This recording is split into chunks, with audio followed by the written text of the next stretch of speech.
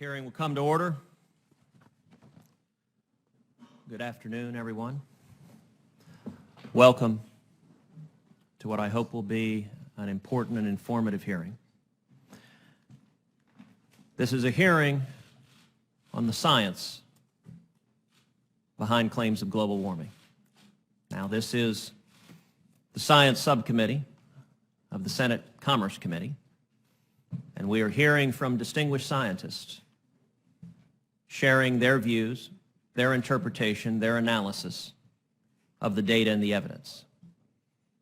Now, I am the son of two mathematicians, two computer programmers and scientists, and I believe that public policy should follow the actual science and the actual data and evidence, and not political and partisan claims that run contrary to the science and data and evidence. On November 28, 2013, an intrepid band of explorers set off from New Zealand on a research expedition to the Antarctic. Among their goals was investigating the impact of global warming on the Antarctic continent and islands.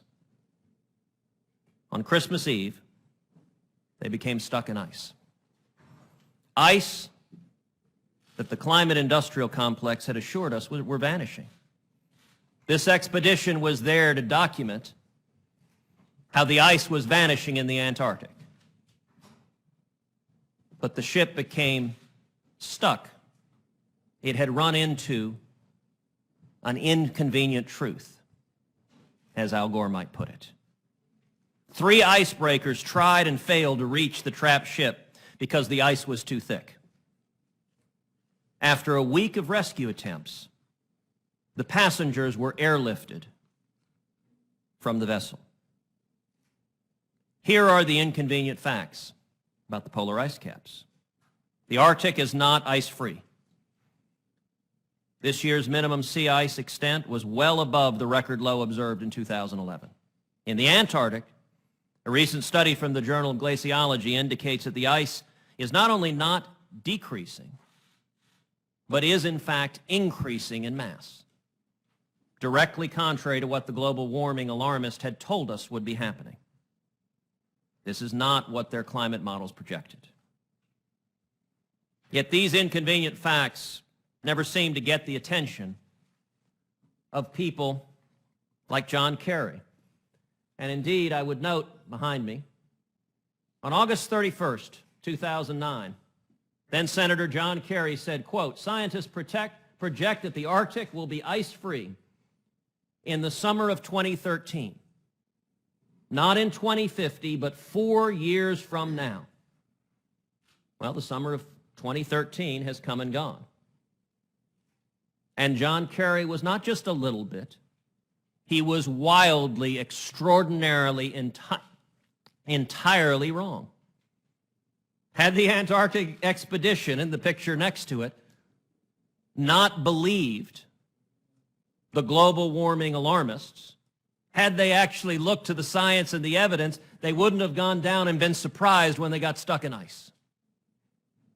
Facts matter, science matters, data matters. That's what this hearing is about. Data.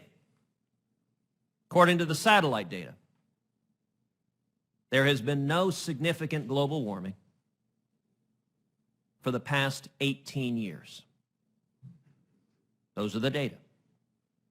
The global warming alarmists don't like these data. They are inconvenient to their narrative.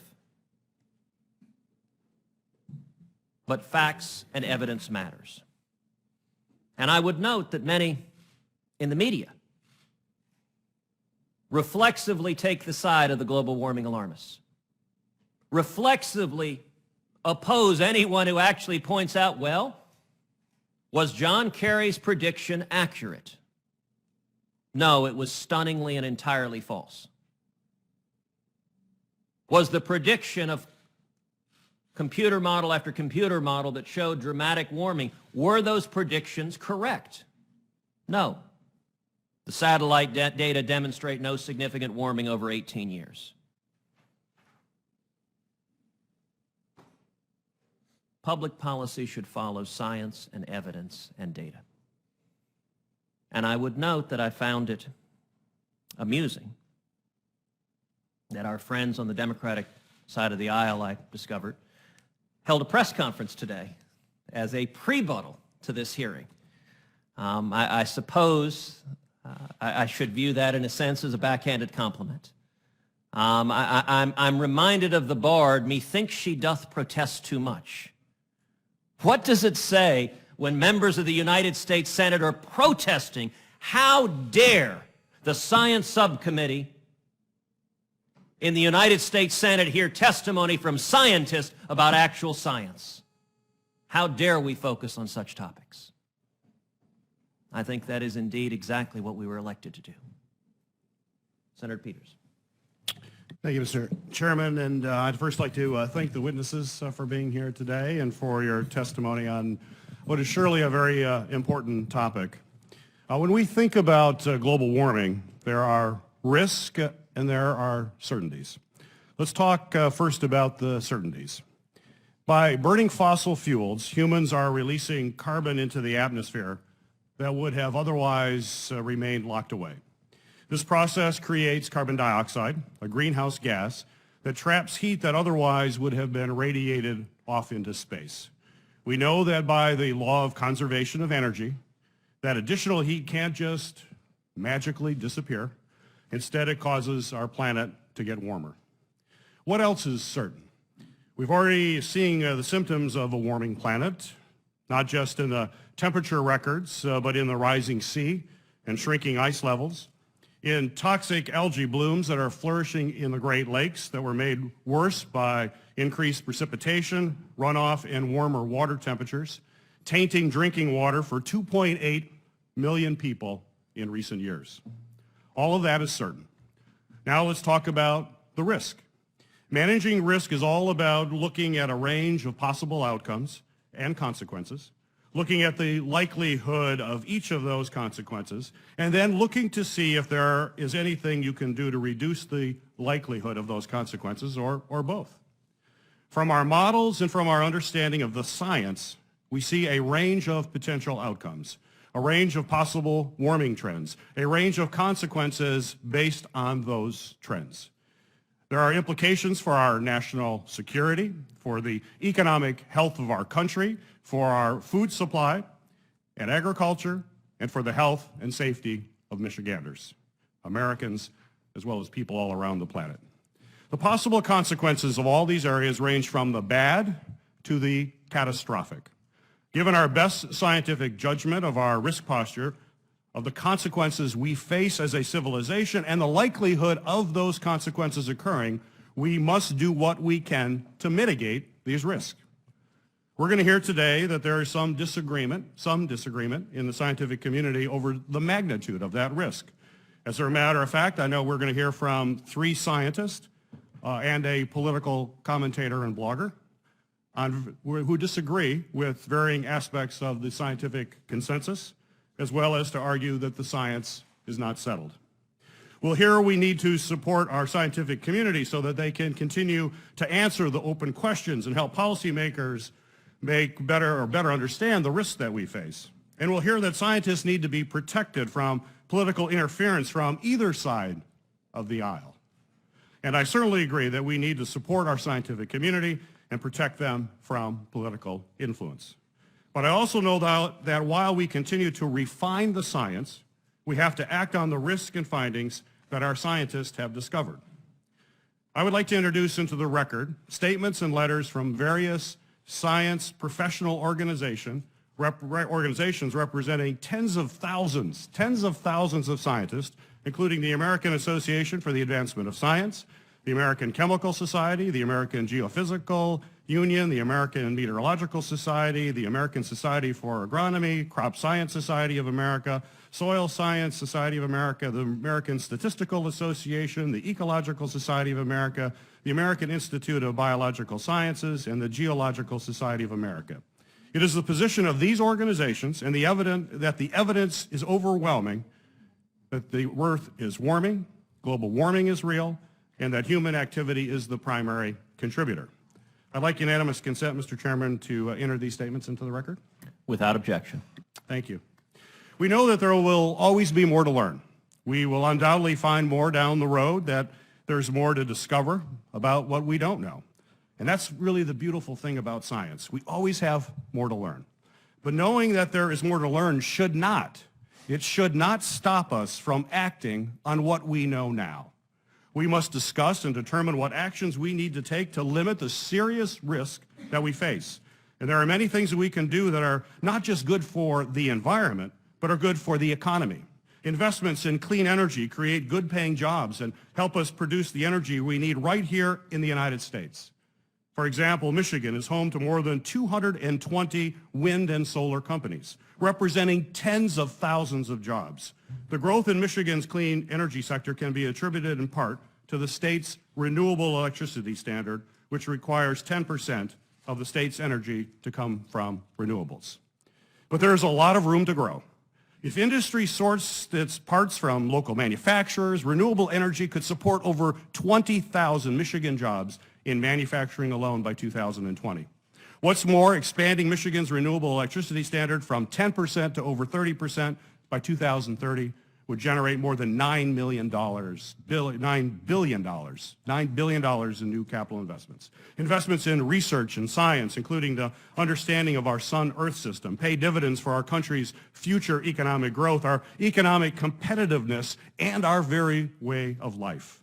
China certainly understands that. So if we miss this opportunity to make these investments now, we may soon find ourselves falling behind in the global economy.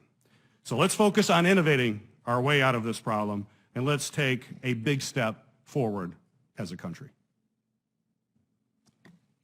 Thank you, Senator Peters. Senator Nelson, the ranking member on the full committee, is requested to give an opening as well. Thank you, Mr. Chairman. Before I make a couple of comments, I want to address a parliamentary inquiry. There's a sign out there on the witness table, Mr. Mayer, Aaron Mayer, president of the Sierra Club. Was Mr. Mayer extended a formal invitation by the chairman of this committee, Senator Thune? He was invited by me, the chairman of this subcommittee, and he declined. And momentarily, I'm going to describe the circumstances behind that invitation and his decision not to attend. Okay, I would just note that the protocol and the rules of the committee are such that invitations for all witnesses are extended by the chairman of the committee, and I would like the record to reflect that such an invitation by Senator Thune, our chairman, was not extended, and therefore there should be no place up there at the witness table, but that should be noted for the record. Now, Mr. Chairman, rather than get this started off in an adversarial way, you and I have had a very good relationship.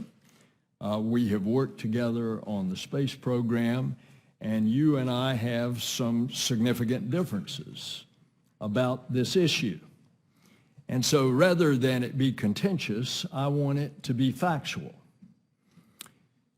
First of all, I'd like to show a couple of pictures of what is happening in Miami Beach right now. Now, I had the privilege a couple of years ago when I was chairman of the Science and Space Subcommittee of taking our Commerce Committee to Miami Beach. And Miami Beach is basically ground zero in the United States for what we're seeing as a consequence of global warming, and that is sea level rise.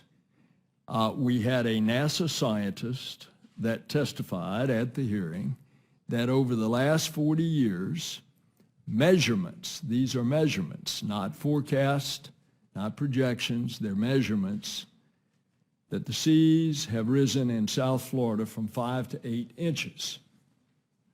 This photograph is a consequence at seasonal high tide of what's happening on the streets of Miami Beach.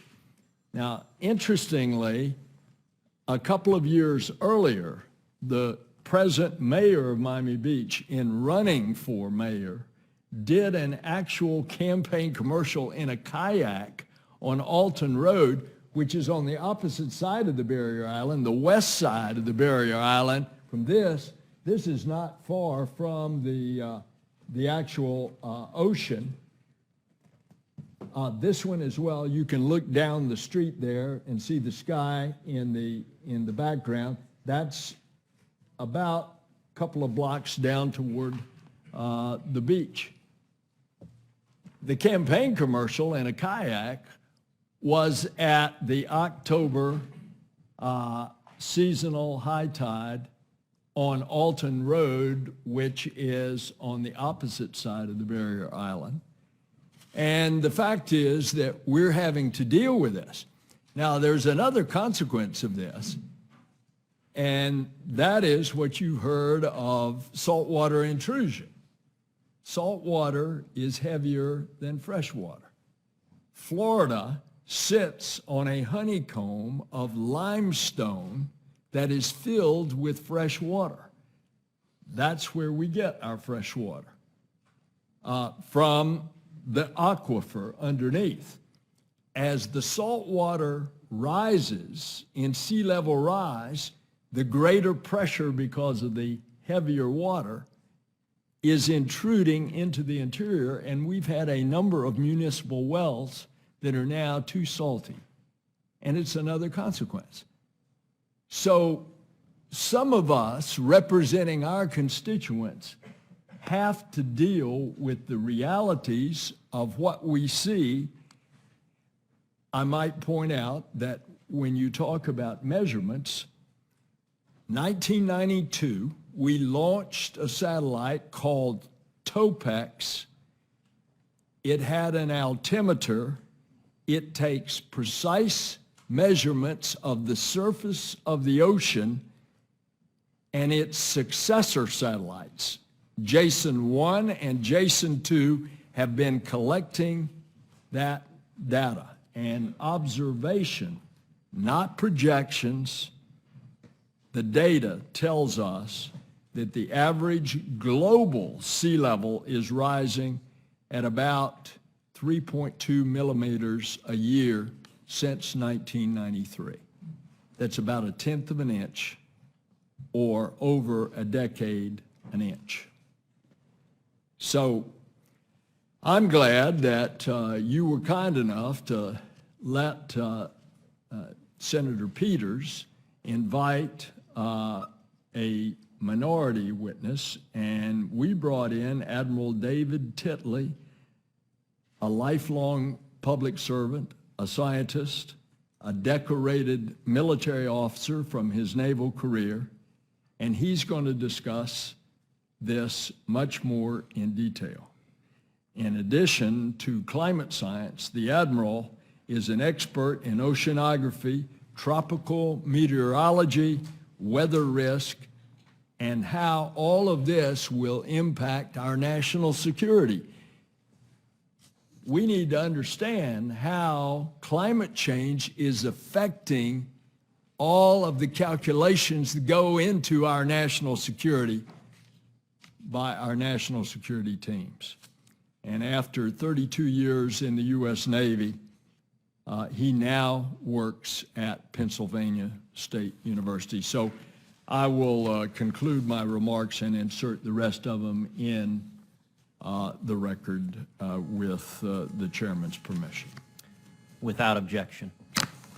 Thank you, Senator Nelson. Would now like to welcome each of our expert witnesses. Thank you for coming to testify to this panel. First witness is Dr. John Christie. Dr. John Christie is a distinguished professor of atmospheric science at the University of Alabama in Huntsville and is Alabama's state climatologist. He's been awarded NASA's Medal for Exceptional Scientific Achievement, was elected a Fellow of the American Meteorological Society, which also selected him for the Special Award for building climate data sets from satellites. and served as lead author of the UN's Intergovernmental Panel on Climate Change. Beginning as a teenager, Dr. Christie has studied climate for the past 50 years. Dr. Judith Curry currently serves as a professor and is former chair of the School of Earth and Atmospheric Sciences at the Georgia Institute of Technology, in addition to serving as president of Climate Forecast Applications Network. Dr. Curry received a PhD in atmospheric science from the University of Chicago. Dr. Curry has recently served on the NASA Advisory Council Earth Science Subcommittee, the DOE Biological and Environmental Research Advisory Committee, the National Academy's Climate Research Committee, and the Space Studies Board, and the NOAA Climate Working Group. Dr. Curry is a fellow of the American Meteorological Society, the American Association for the Advancement of Science, and the American Geophysical Union. Dr. William Happer currently serves as a Cyrus Fogg Brackett Professor of Physics at my alma mater, Princeton University, and has spent most of his professional life studying the interactions of visible and infrared radiation with gases, one of the main physical phenomena behind the greenhouse effect. Throughout his career, he has published over 200 papers in peer-reviewed scientific journals and is a member of a number of professional organizations, including the American Physical Society and the National Academy of Sciences. Dr. Happer also served as the Director of Energy Research at the Department of Energy from 1990 to 1993, where he supervised all of DOE's work on climate change. Mr. Mark Stein is an international best-selling author, a top 5 jazz recording artist, and a leading Canadian human rights activist. Mr. Stein recently contributed to the #1 climatology bestseller, Climate Change, The Facts, and edited another #1 climatology bestseller, A Disgrace to the Profession, the world's scientists, in their own words, on Michael Mann, his hockey stick, and their damage to science, Volume 1. In his capacity as a human rights activist, Mr. Stein's human rights campaign to restore free speech to Canada led to the repeal by Parliament of the notorious Section 12 hate speech law, a battle he recounts in his book, Lights Out, Islam, Free Speech, and the Twilight of the West. And then Dr. David Titley, who Senator Nelson mentioned already. Dr. Titley currently serves as professor of practice in the Department of Meteorology at the Pennsylvania State University and is the founding director of Penn State's Center for Solutions to Weather and Climate Risk. Dr. Titley holds a Bachelor of Science in Meteorology from the Pennsylvania State University. From the Naval Postgraduate School, he earned a Master's of Science in Meteorology and Physical Oceanography and a PhD in Meteorology. Prior to joining Penn State, Dr. Titley served as a naval officer for 32 years and rose to the rank of Rear Admiral.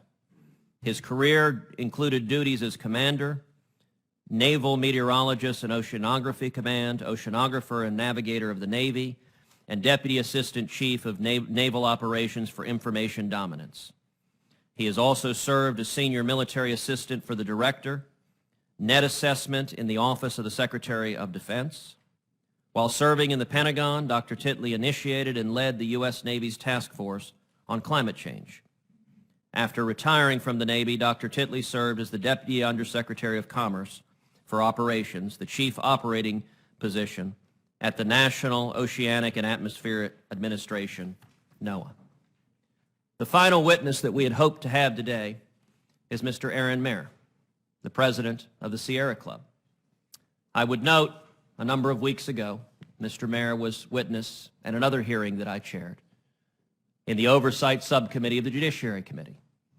This was a hearing concerning the effect of overregulation on minority communities, and in particular the devastating impacts of overregulation in the Obama administration on the Hispanic community and the African American community.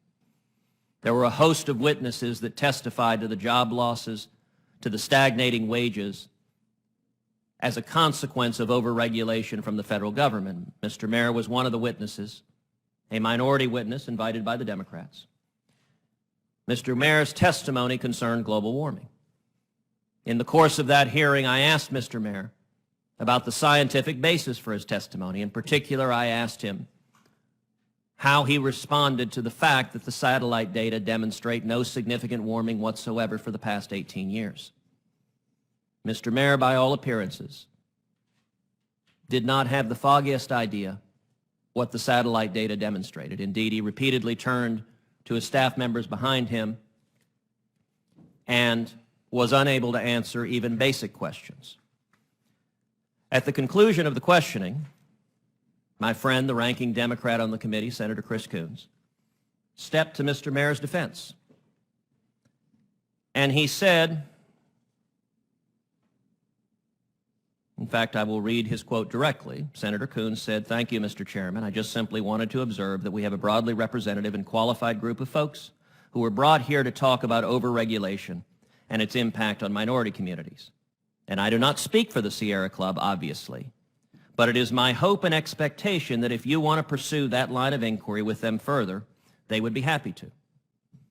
At that suggestion from Democratic Senator Coons that we hold a subsequent hearing on global warming, we have announced this hearing.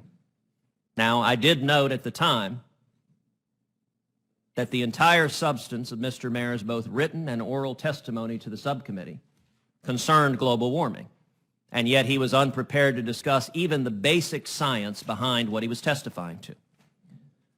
My office reached out to Mr. Mair and invited him to come testify in this panel, and we did so in consultation with the chairman of the full committee, Senator Thune. Mr. Mair turned down that invitation. And so, without objection, I'd like to enter into the record the written correspondence, the email between my office and Mr. Mair extending the invitation, and the Sierra Club's response to that, declining to attend. In Mr. Mair's honor, we have a spot at the table for him.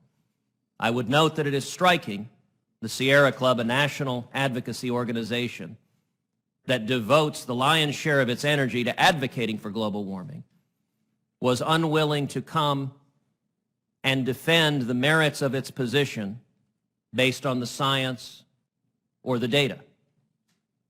To any fair or impartial observer, the Sierra Club's refusal even to engage in a discussion of the science should speak volumes. And with that, Dr. Christie, we're ready to receive your testimony. Mr. Chairman, if I may, I would like to likewise enter into the record all the letters of invitation extended to the witnesses, and the record will note that there is no such letter of invitation to the gentleman that you're speaking about. Without objection, and there was no formal letter issued because he had preemptively turned down the invitation on the front end. And with that, Dr. Christie. Thank you, Chairman Cruz and Ranking Member Peters and Ranking Member Nelson, for this opportunity to speak about climate change. I'm John Christie, Professor of Atmospheric Science at the University of Alabama in Huntsville and Alabama State climatologist. I've served in many climate science capacities, including lead authorship of United Nations IPCC. I, along with Dr. Curry, have the distinction of being 2 of the 7 scientists targeted by Representative Grijalva for investigation because our views about climate change differ from those of the administration. My research might best be described as building data sets from scratch for 50 years to help us understand what the climate is doing and what it might do and why it does what it does. The 2 main points of my verbal testimony are simple. First, the basis on which the popular view that human-caused climate change is dangerous does not pass simple validation tests. Secondly, the attempt to study climate change with an objective eye is thwarted by the federal funding process. Now, we at UAH monitor climate change for such variables as temperature. However, no one has a direct means to tell us why the temperature changes. Our thermometers only tell us what has happened. They do not tell us why it happened. There is really no way to prove why climate does what it does. Now, so to try to understand why the changes occur, we make claims or hypotheses using climate models whose equations attempt to approximate all the important factors that affect the climate. If these equations are accurate, we can then see how each factor, such as greenhouse gases or volcanoes, might affect the climate, and therefore we could learn what the cause of these changes might be. Now, one variable, according to climate models, that has the largest response to extra greenhouse gases is the temperature of the bulk atmosphere, and this is the layer from the surface to about 50,000 feet in altitude. As shown in my written testimony, and as you can see on the chart to my left, the models fail this very simplest of validation tests. They can't even reproduce what has already happened in the past 37 years. 102 climate model runs warm up the bulk layer of the atmosphere by an average factor of 3 more than what has actually occurred. Now, being off by a factor of 3 does not qualify as settled science, in my view. Now, why are studies like this so hard to find? It goes back to this, the way federal funding occurs. Today, contrarian proposals, such as one I might write, that wants to say, look rigorously and test climate models against reality, or to test various ideas about how natural variability causes these changes, are rarely, if ever, funded. This is due to the fact the panels which decide this type of funding are dominated by those with the establishment point of view about dangerous climate change. Since there are many more proposals than funding allows, a contrarian proposal has essentially no chance of receiving funding because the panel decides these things by votes. Now, in my view, Congress needs to fix this problem by directly funding red teams, which are not part of the climate modeling industry, to test the basis for the claims that human-induced climate change is dangerous. Congress needs objective eyes on this issue because it is such a big-ticket item for everyone involved. Now, it is no secret that the state of Alabama is in a desperate fight with the federal EPA. Our elected officials understand, as do I, their state climatologists, that the regulations being established will do nothing to alter whatever the climate is going to do. In fact, even if the United States of America disappeared today, no people, no cars, no factories, the impact would be negligible on whatever the climate does. Alabama is fighting for our industries, which are being tempted by lower costs in Mexico and China, where their emissions would actually rise if they move there. We are fighting for our utilities, which sell over 30% of their electricity production to nearby states who need it. And we are fighting for the many poor people in our state who do not need another hike in their utility rates to satisfy a regulation whose only impact will be to further drain their meager resources. This is a time when even so-called green countries like Germany and Japan, that's Germany and Japan, are adding to their carbon emissions by building more coal-fired power plants, while the rest of the world moves toward more carbon-based energy. To me, it is not scientifically justifiable or economically rational. Yet this nation should establish regulations whose only discernible consequence is an increase in economic pain visited most directly and harshly on the poorest among us. This happens when the scientific process that allegedly underpins regulations lacks objectivity and transparency. Thank you.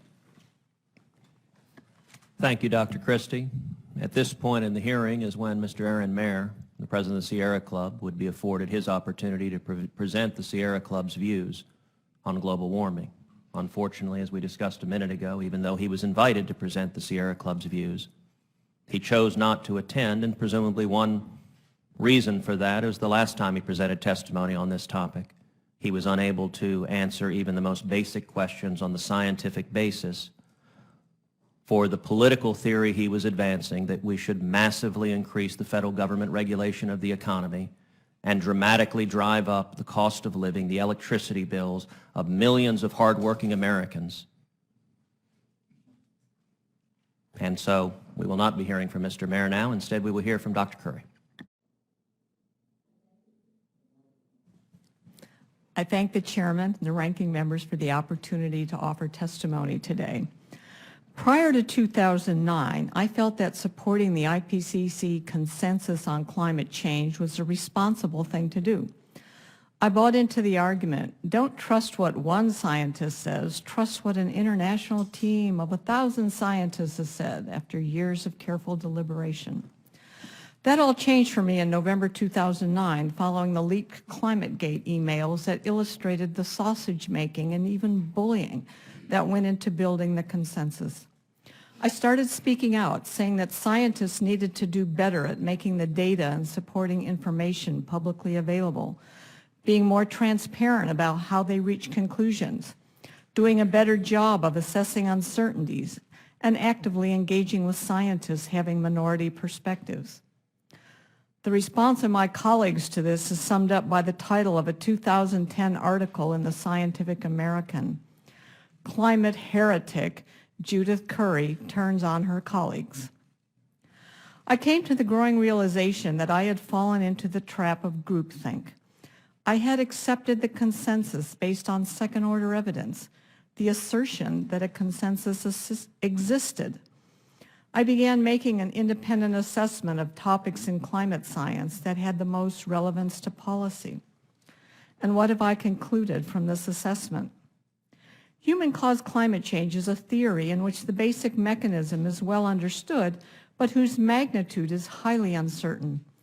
No one questions that surface temperatures have increased overall since 1880, or that humans are adding carbon dioxide to the atmosphere, or that carbon dioxide and other greenhouse gases have a warming effect on the planet.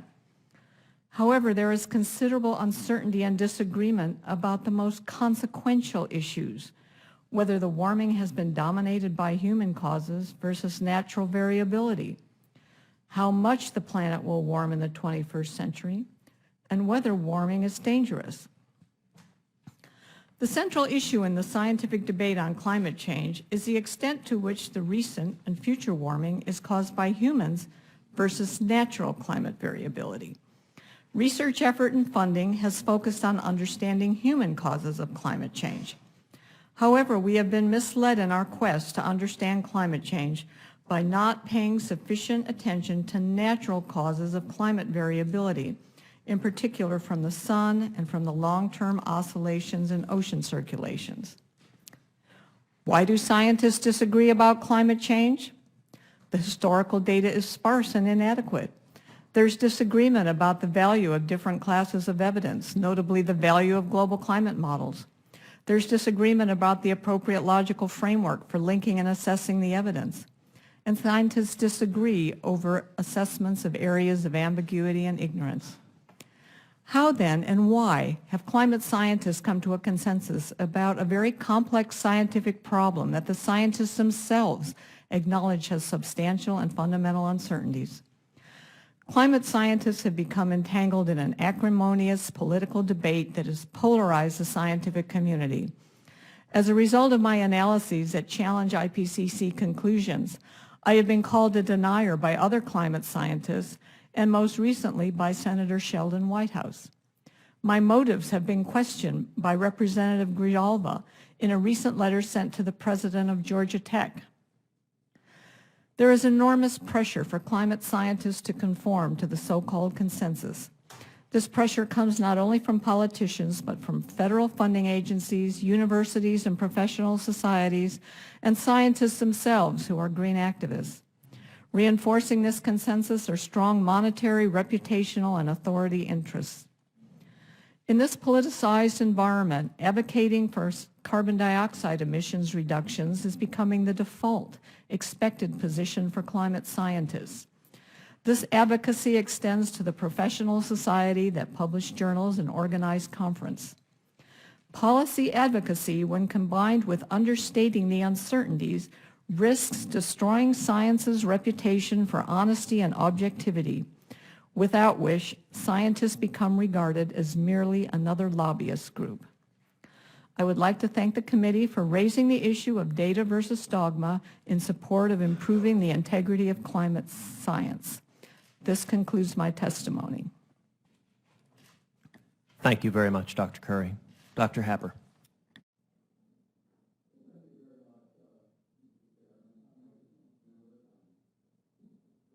Here.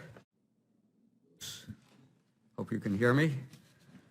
My name is William Happer. I recently retired from a career of 50 years of teaching physics at Princeton and Columbia Universities. As the chairman mentioned, I served as Director of Energy Research, Office of Energy Research and Department of Energy from 1990 to 1993. And among the other projects I supported there was the atmospheric radiation measurements program, which is still going strong with facilities all over the world to measure basic climate data. After leaving the Department of Energy, I served as Princeton University's equivalent for Vice President for Research from 1995 to 2005. I guess I'm best known in the scientific community for inventing the sodium guide star that's used on all modern telescopes to compensate for atmospheric turbulence. So I've been very involved with the atmosphere for a very long time. So I'd like to, Mark, could you advance the slides? There's all this talk about carbon pollution, which of course is meant carbon dioxide pollution, and I'd like to set the record straight that carbon dioxide is not a pollutant. We're sitting in this room breathing out carbon dioxide at 40,000 parts per million every time we breathe out. We're fundamentally in a carbon dioxide famine, geologically speaking now. If you look at the geological history of the Earth, most of the time CO2 levels have been 3 times, 4 times what they are now. The Earth was just fine then. And in fact, at the present time, you know, many plants are having a hard time performing as well as they're designed to perform because the CO2 levels are too low and the oxygen levels are too high. I won't go into the details, but there's not much dispute about that. So the issue is not that CO2 is a pollutant. It's actually very, very good for the world. The issue is what will it do to temperature?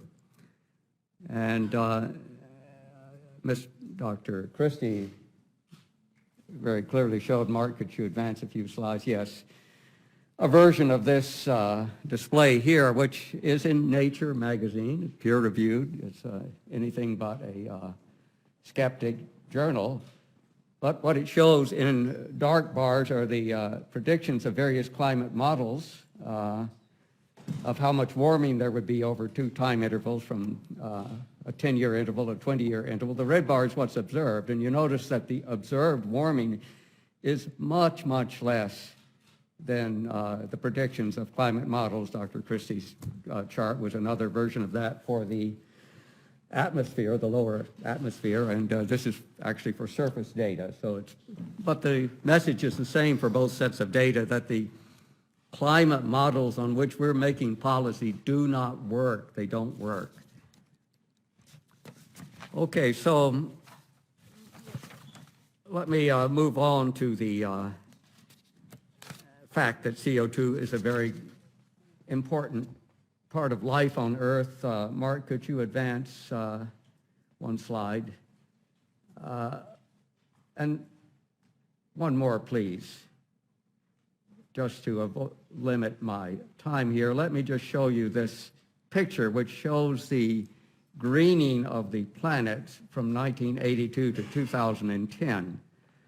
And so this is satellite images of certain wavelength bands that allow you to tell how much plant life there is. And what you see is that over most of the Earth, contrary to what you might have heard, the Earth is getting greener. And this is also clear from crop yields. Crop yields are going up. Some of that's fertilizer, some of that is better cropping practices. But a good fraction of it is CO2, probably 30% of the increase. Well, 15% of the increase in crop yields is due to the 30% increase of CO2 we've had in the past 100 years. So to call CO2 a pollutant is just completely wrong-headed.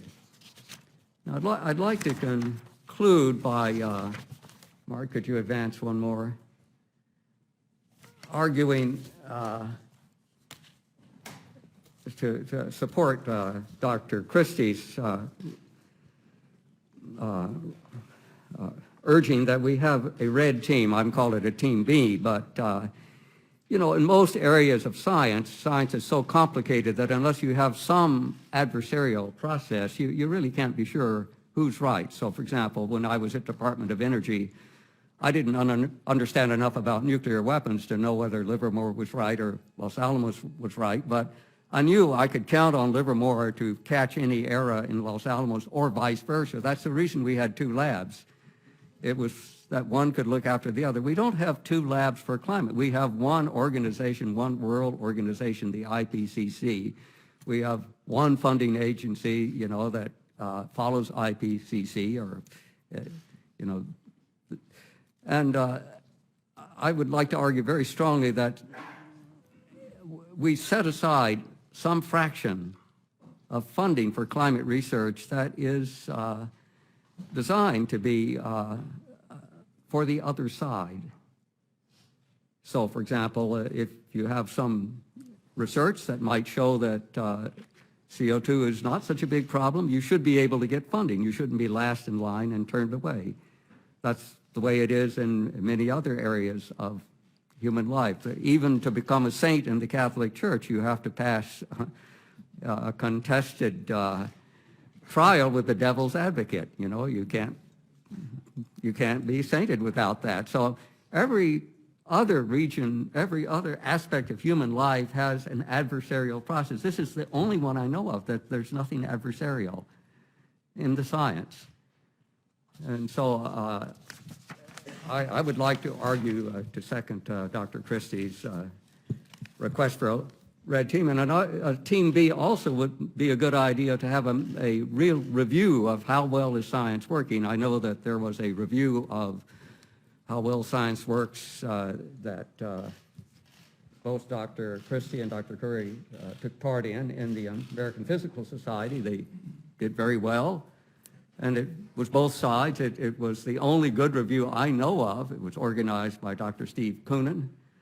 And I noticed that when the list of organizations supporting climate alarmism was read, the one that wasn't there was the American Physical Society. Maybe that was an oversight. I hope not. I hope it was partly due to Dr. Curry and Dr. Christie, because it was a shattering workshop. So let me conclude my testimony here, and thank you very much for the invitation.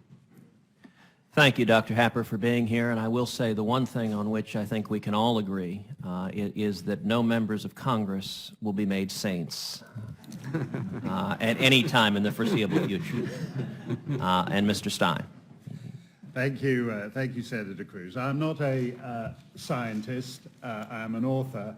And I'm also one of the 7 billion people on this planet that the governments assembled in Paris currently are presuming to determine the future of. So I have an interest in that as much as anybody else. I've listened to the examples that Senator Peters and Senator Nelson gave of toxic infestation in Michigan water and tidal flooding in the streets of Miami Beach. Nothing agreed at Paris is going to do anything for that. If you expect the agreement at Paris to end the tidal flooding in Miami Beach, you're going to be waiting a long time. So if you want to do something about the tidal flooding in Miami Beach, the mayor of Miami Beach and the governor of Florida are the guys who should get together and do it. This body is called the Subcommittee, I believe the full name, on Science, Space and Competitiveness. And the most important competitiveness in any healthy society is competitiveness in ideas. That is how ideas are tested, and that is how good ideas win out over bad. And only a very weak idea demands that it must be protected from any criticism. Professor Ivar Jeva, the Nobel Prize winner. By the way, when I say he's a Nobel Prize winner, I mean he's a real one. He won the Nobel Prize in Physics in 1973, not a fraudulent Nobel Prize winner, unfortunately, large members of Rear Admiral Titley's faculty, Michael Mann, Richard Alley, William Easterling, all of whom have falsely claimed to be Nobel Prize winners on an industrial scale, as have many other climate scientists. There's never been a misrepresentation of credentials on this scale. It used to be a very serious business, but apparently it's not when your cause is, quote, saving the planet. But it is a revealing. It is this misrepresentation of credentials by people falsely claiming to be Nobel laureates is revealing, because it gets to the heart of the problem here, that they are attempting to cloak the science in an authority that it does not, in fact, possess. At any rate, Professor Java has compared the global warming orthodoxy to a hypothesis that you're not allowed to question. And it's gone beyond that in recent years. It's not only that you're not allowed to falsify the hypothesis, that the hypothesis is not in fact falsifiable, but that if you do, you suffer very serious consequences. Professor Christie and Professor Curry are very brave individuals, and they were very mild in their remarks about what Congressman Grijalva did when he sent out a disgraceful letter that no citizen representative in a parliament of a free society should be sending out to free individuals, demanding things like hotel expenses and email communication going back a decade. It was an absolutely disgraceful letter, and it represents the next stage of big climate enforcement. Your colleague, Senator Whitehouse, has called for the RICO laws about racketeering, to be used against those who disagree with him on climate science.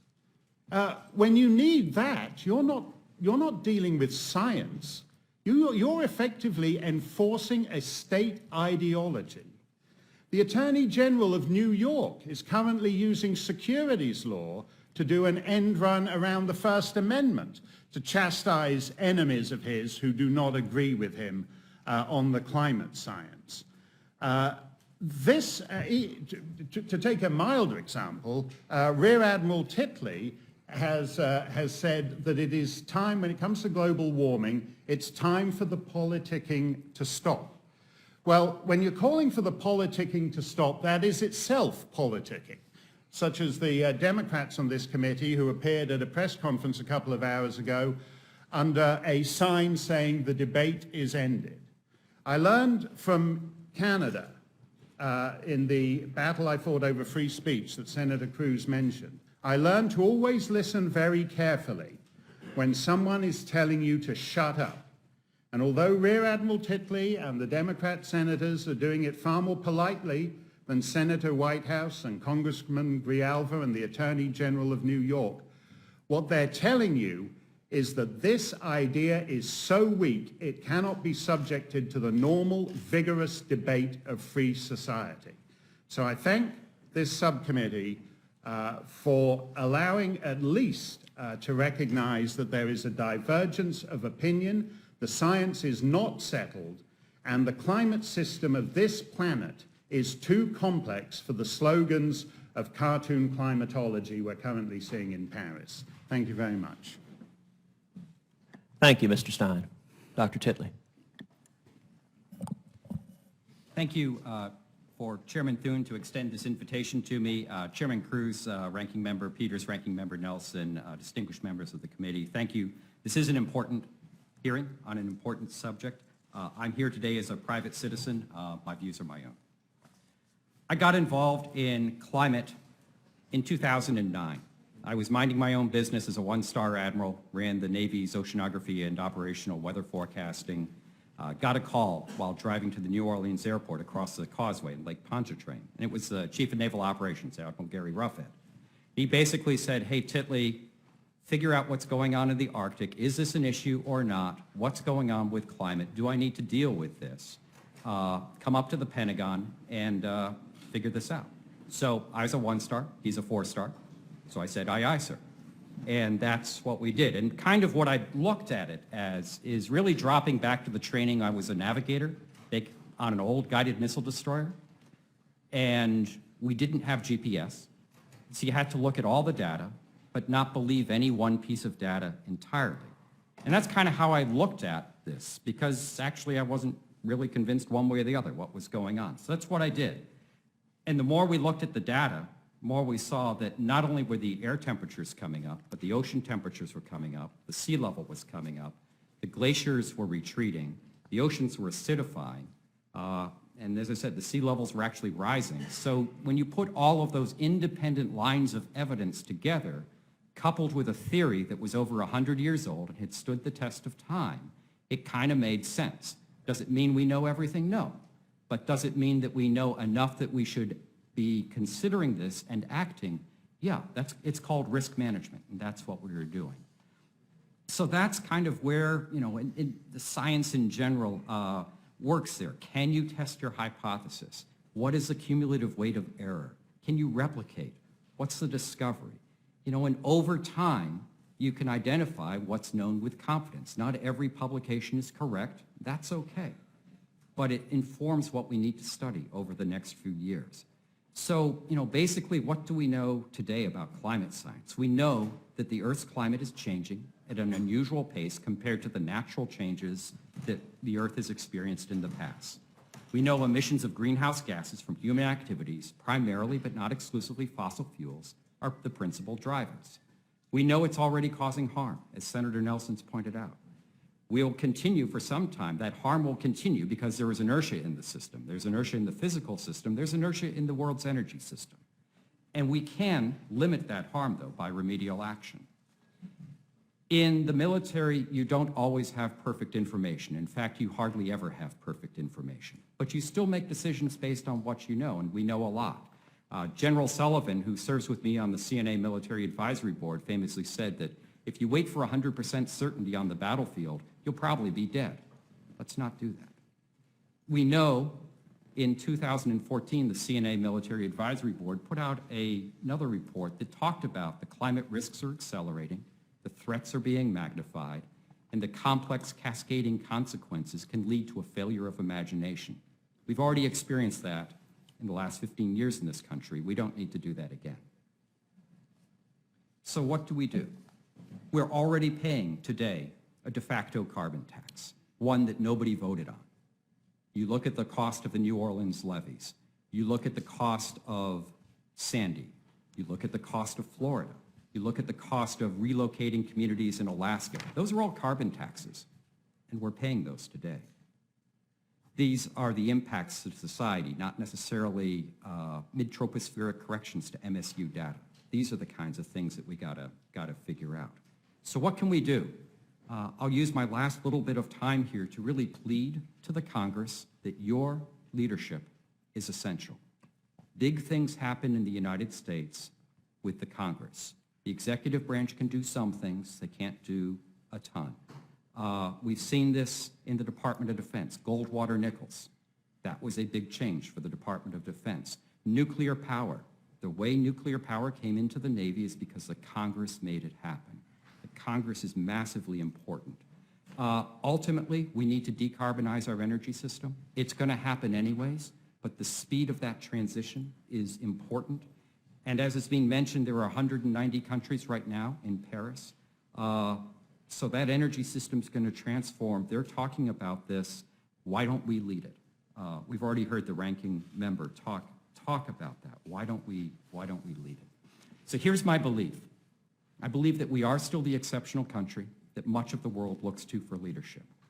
I believe we all want a better life for ourselves, our children, our grandchildren.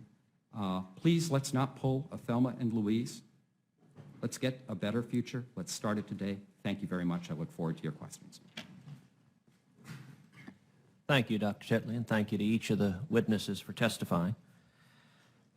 Dr. Happer, I want to start with you, and I want to just make sure I understood your testimony correctly. As I understood what you told this committee, you had a series of facts, that CO2 is not a pollutant, that CO2 is good for the planet, that CO2 is good for plant life in particular, that the world right now is currently greening, and that for much of our history, there has been substantially more CO2 in the atmosphere than there is right now. Am I correct in understanding each of those facts? That's completely correct. But by history, I mean since the last 500 million years, since the Cambrian. And I would note that the history with markedly more CO2 predated the Industrial Revolution, so it didn't come from automobiles or the burning of carbon fuels. Is that correct? That's correct. Okay, so those are facts we're beginning with. I would note those facts are directly contrary to what the global warming alarmists tell us day in and day out, and to what the media, which echoes their concerns, say day in and day out. I want to pull up charts number 1 and number 2. I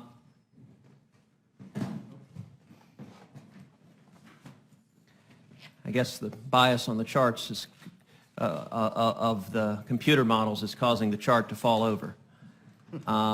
So Dr. Christie, this first chart here, the bright red line is, do I understand it correctly that the bright red line is what the computer models, and this is an average of quite a significant number of computer models, what the computer models said should be happening with our temperature, that we should see warming spiking like crazy. Is that correct? Yes, and that's a bulk atmosphere where the biggest signal of greenhouse warming is supposed to be seen. So that's precisely where you want to measure it. So we see the computer models, and if that were fact, we might have something to talk about. But the bottom line there, the blue and green, those are the actual measurements of what is in fact happening in the atmosphere. Is that correct, Dr. Christie? Yes, and I think the nice thing about that chart, there's 7 different data sets involved in that observations there, not just one. So when you compare alarmist theories, the red line, to actual facts, the blue and green dots, you see that the facts don't back up the theories, and we're being asked as a Congress to act and impose trillions of dollars of cost on humanity because of the red line theory that is not backed up by the facts. Is that correct? I think so. In fact, going along with your hearing, you might want to say dogma is the red line, data is the blue and the green. I think that is very well said. I would note this chart on the right, which shows for the last 18 years that there's been no significant warming whatsoever. Now that's directly contrary to what the data set showed. Now, Dr. Titley, I noticed in your written testimony that you took a moment to address what you described as the so-called pause in global temperatures. By the pause, are you referring to the last 18 years of no significant recorded warming? Well, unlike your previous witness, I am not referring to the 1940s. It is, I thought you'd like that. Indeed. Yes, the pause is very interesting. As you know, sir, 1998, big El Nino. So it's kind of interesting we started 18 years. We don't look at a 15-year data set or a 10-year data set or a 20-year data set. We look at an 18-year data set. But even if you do that, that's fine. Let's look at that. We have... This is low budget here. I got to do my own charts. Thanks, Amanda. Well, let me take a moment on... So here's, sir, just to answer your question, Senator, here was 1998, and here's today. So on me, I mean, I'm just a simple sailor, but it's hard for me to see the pause on that chart. So I think the pause is kind of come and gone. Do you dispute the satellite measurement? Let's not talk about the satellite. Here's But Okay, sir, well, we I'm can asking, talk do you about dispute? this. I understand that the global warming alarmists don't want to talk about the Okay, satellite sure. data, I'll but talk I'm about asking. the satellite. Let's talk about the satellite measurements. Let's talk about orbital decay. Let's talk about overlapping satellite records. Let's talk about stratospheric temperature contamination. I think Dr. Christie and Dr. Spencer, when they've put this out, they have been wrong, I think, at least 4 consecutive times. Each time the data record has had to be adjusted upwards. There have been several sign errors. So when, with all due respect, sir, I don't know which data exactly your staff has, whether it's the first or second or third or fourth correction to Dr. Christie's data. We used to have a negative trend, then we had no trend, and now we begrudgingly have an upward trend. So looking at those data, you know, it's okay. But here's where we live. Let me see if I can understand. The first argument you gave in response to this, and it is an argument that a number of the global warming alarmists use, is they say, well, 18 years ago was El Nino, and it's arbitrary to begin there. And I will confess, I don't understand that argument, because we have 18 years of no significant warming. So if you don't like an 18-year window, we can start in 1999. There's no significant warming for 7 years. If you don't like a 17-year window, we can start in 2000, then we don't have a significant warming. It is true for any date across those 18 years. So I fail to see the significance. Actually, Senator, it's not. If you take off that top really big spike and you take that out, you start getting the upward bias. And this is what people do when you start looking at these relatively arbitrary times, is you start with a really high number at the left-hand side, and that kind of influences your basically your linear trend. So when you start looking at things like every decade, you have an upward trend in the data, and that's from the World Meteorological Organization. And I would note, you asked about the source of the data on the right chart. It's actually not Dr. Christie's data. It's the remote sensing systems, the RSS data that is up there.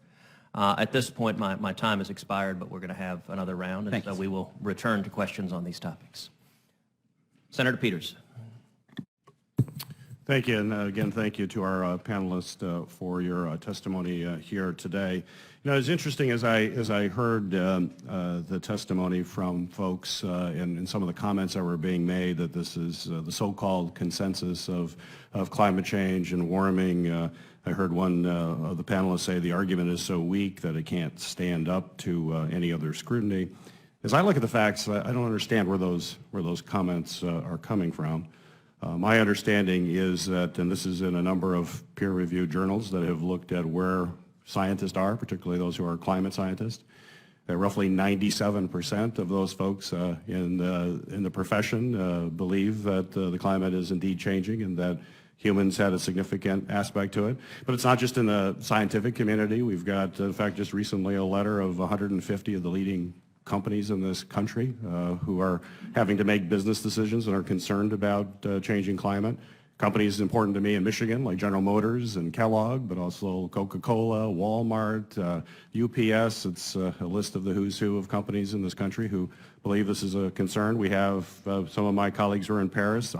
Nearly 190 countries have come together realizing this is something that we have to deal with. So, you know, when you hear those numbers, it seems like there is overwhelming amount of scientific support. That's not to discredit the folks who are testifying here. Certainly your view is important, and we need to hear that.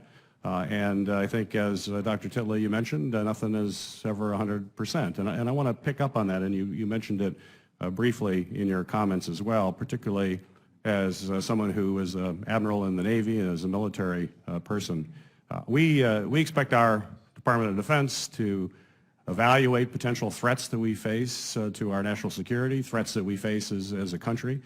If we have to go to war, our commanders have to make constant assessments of threats, and they rely on the intelligence community to give them data before they commit men and women into harm's way. People's lives could be at stake. These are huge decisions, serious decisions, ones that I know commanders agonize about, but they know if they make the wrong decision, the consequences could be even more significant. So, and I spent some time in the Navy as well, and I don't know that an intelligence report will ever give you 100% certainty. In fact, they will give you all sorts of caveats in providing any kind of intelligence assessment. So, speaking as a man from the military, if you're an operational commander and someone said, we can give you 97% confidence but not 100, is that going to be enough? And really, speak to what sort of certainty you're going to need. Senator, thanks for the question, sir. If somebody could tell me with 97% certainty what's going to happen on the battle space or in the operating environment, I mean, you would take that in a heartbeat. Our intelligence community does wonders. They've been supported by the Congress, supported by the administration, tremendous hardworking men and women. But if the intelligence community could tell you as much as the climate community could about the state of the world 50 years from now, you know, we would find General Clapper, whatever he's doing today, stop him, fly him to the White House, and give him the Presidential Medal of Freedom this afternoon. Because that would be just an outstanding feat. Now, this is not a knock on the intelligence community. They're dealing with people. They're trying to deal with people who deceive us. We're just dealing with physics. The physics isn't trying to deceive anyone, and we understand the basic theory. We certainly don't understand everything, and we certainly do understand that there are short and medium-term variations, ups and downs, some of which we do pretty well on, others not so much. That's where we need research. That's where we need better observations. But the degree of certainty that you ask for, sir, we would love to have that for operational commanders making military decisions. And certainly that's in weather decisions. You're a part of the meteorology, or for a part of meteorology with the Navy as a meteorologist. What level of certainty on weather forecasts is acceptable to mission commanders that make operational decisions? Obviously, they don't go into battle without checking with you and other meteorologists. Yes, sir. Usually they would say, shut up, Titley, don't give me that weather stuff, just tell me what's going to happen. So what they are looking for, but they do understand risk. In all seriousness, people do understand risk. Sometimes weather forecasts are taken to the bank. It's going to start snowing at whatever time. Other times, like hit and miss showers, like with the ranking member, in Florida, trying to figure out where that thunderstorm is and is not is pretty tricky. But you can communicate that in terms of risk, in terms of probabilities, and that's really when you extend into climate. This is all we're doing. I think anybody who says, you have 100% of whatever, you probably don't. But if you start having significant numbers and you look at the impacts, that's the other part of risk, is what's the impact if you're wrong? And then how do you buy that down? How do you manage that risk so that it becomes acceptable? And that's what we're trying to do. And that's the thing, is the risk that could be potentially catastrophic or go anywhere from bad to catastrophic. But you mentioned, and I mentioned the short-term weather effects. If you would just briefly, my time is about up, but briefly, there is a difference between weather events and climate. And I think that's oftentimes confusing to folks. It is to me. Could you elaborate why short-term weather events, we shouldn't spend too much time focusing on those and instead need to be looking at the long-term impact of climate change? Yes, sir. I often tell people you live in weather and you plan for climate.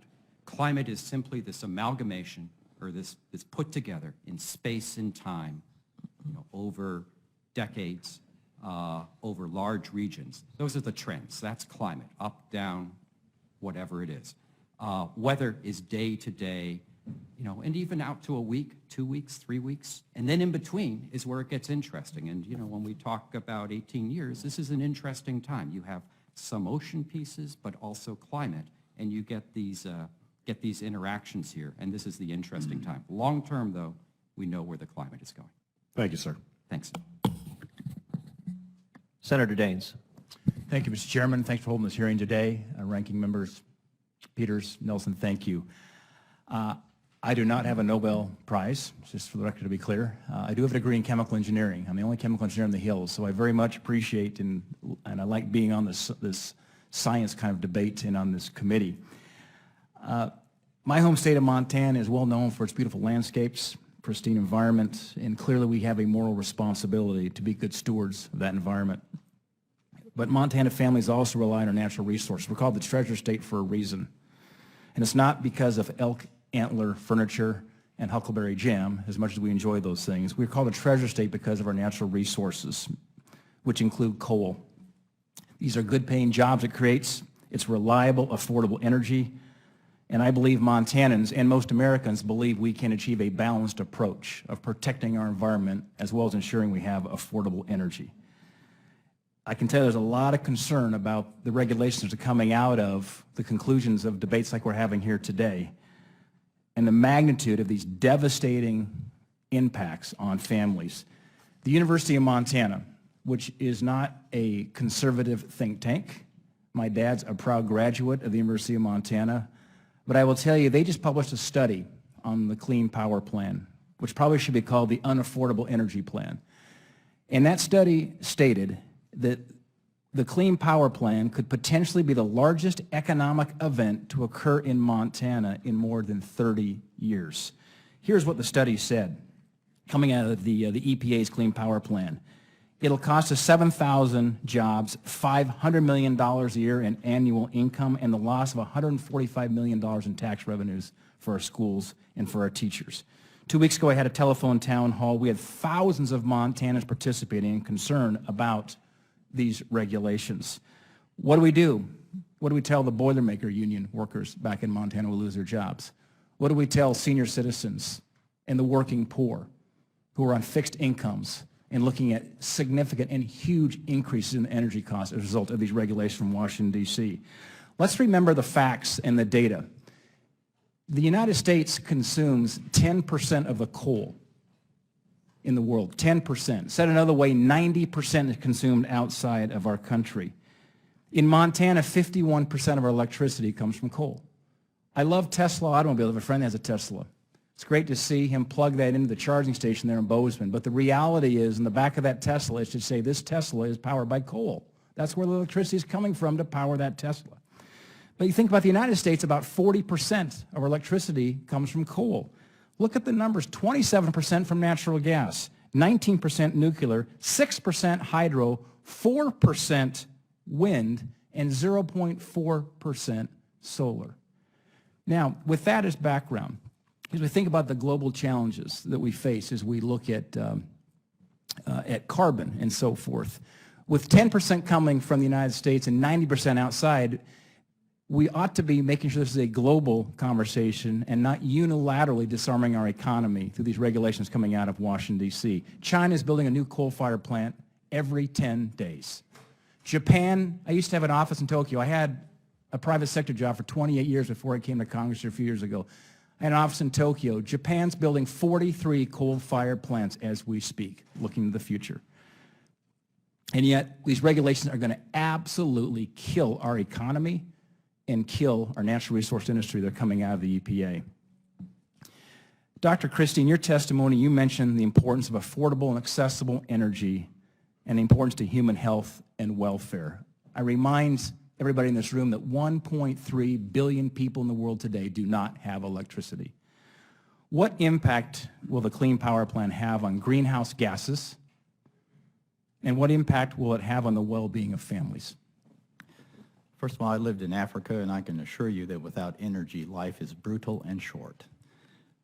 The effect of these regulations will have negligible impacts on both the carbon dioxide concentrations in the atmosphere and on whatever the climate might do as a result. And we calculated many scenarios in that regard. And so if it's negligible, now we can quantify the impact on tax revenues, on jobs, on energy prices, and what that means for, as you said, a negligible impact.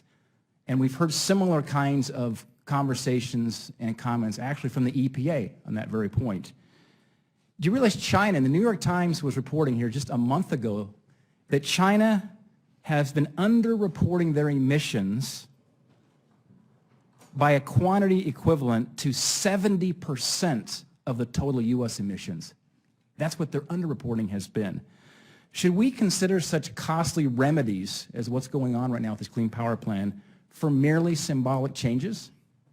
Well, if you're asking a state climatologist who deals with economic development of a poor state, basically, I would say no. There's no consequence that is positive that I see in regulating energy in this way.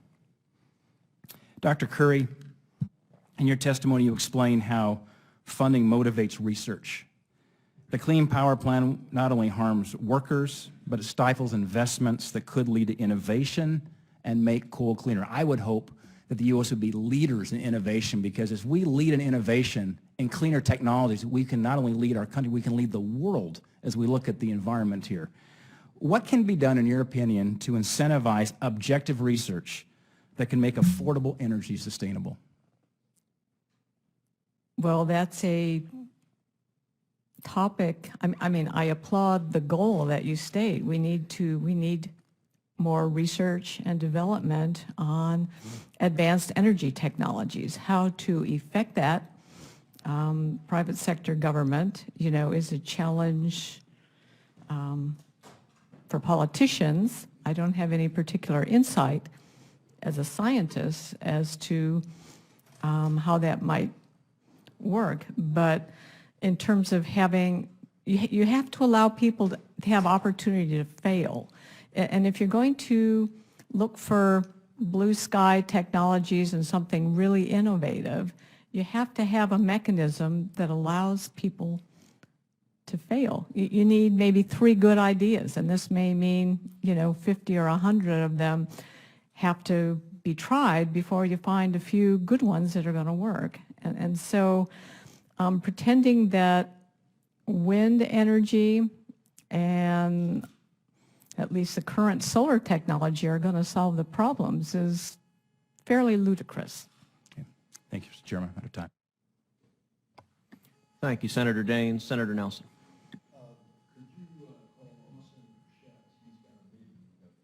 Sure. Senator Schatz. Thank you, Mr. Chairman. Thank you, Ranking Members Nelson and Peters.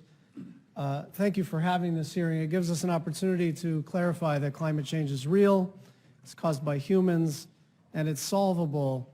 And only in the four corners of the United States Capitol is that still being debated. It's ironic that we're holding this hearing in the committee with jurisdiction over science because this committee is turning its back on the real science. Now, I suppose that it's possible that what the four people on the left-hand side of this dais are saying is true, which is that basically everybody else is wrong, that everybody else is wrong. But I think it's more likely that 97% of the scientists have come independently to the same conclusion. Scientists should and do receive federal research dollars based on the merit of their work, not on their conclusions. The only reason that so few climate deniers or skeptics, whichever you prefer, as a percentage of the whole receive federal support for their research is because the vast majority of scientists independently come to the same conclusions, that the climate is changing due to human activity. A review of nearly 12,000 peer-reviewed journal articles over 20 years found that 97% of those articles and 98% of scientists agree that humans are influencing the climate.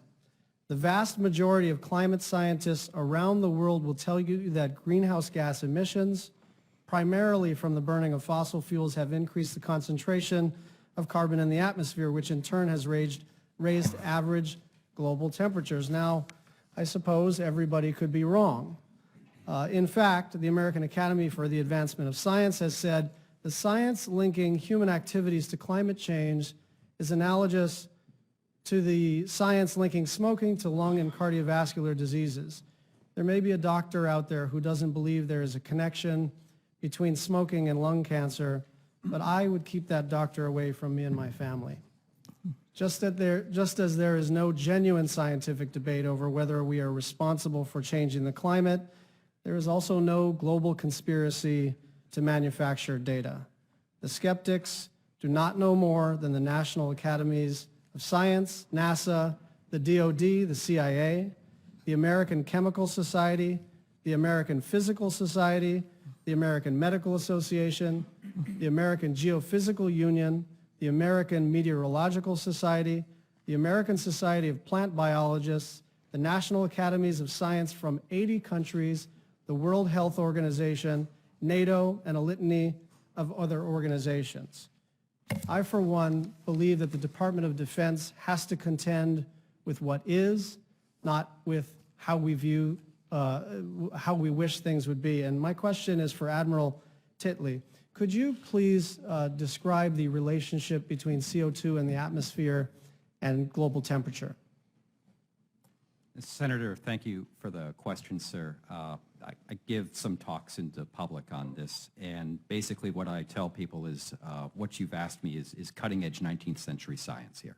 A bunch of old dead white guys figured this stuff out, starting with Fourier, Aarhus, Tyndall.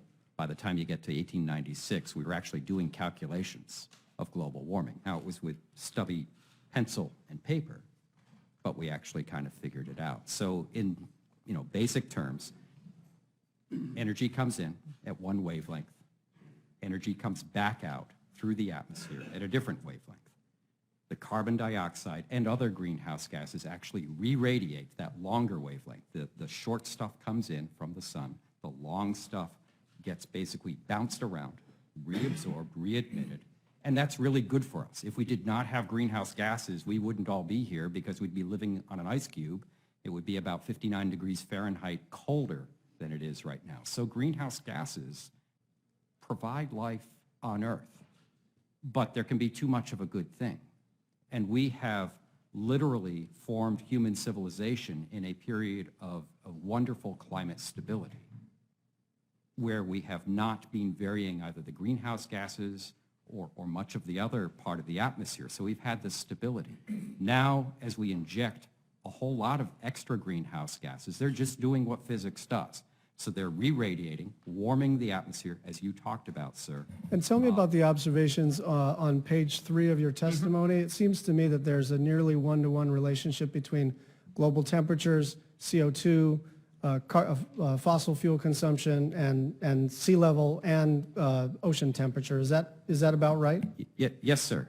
Everybody here at this table knows that correlation doesn't necessarily mean causality, but there has been a lot of work shown to show. How would you establish causality in an experiment involving our planet?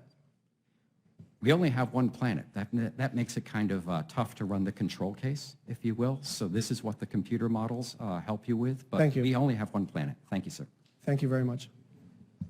Senator Schatz, could I comment on that? You said that the 4 people... Mr. Chairman, I do have a meeting at 4:30, and I did not ask a question of Mr. Stein. I apologize. I do have to go. Thank you. Well, I'd like to make a comment on You're what welcome to give a response, sure. I'd like to make a comment on what he said, because he said that these people represent a tiny minority point of view. The 97% consensus from these papers does not argue for the kind of measures that are being discussed here today.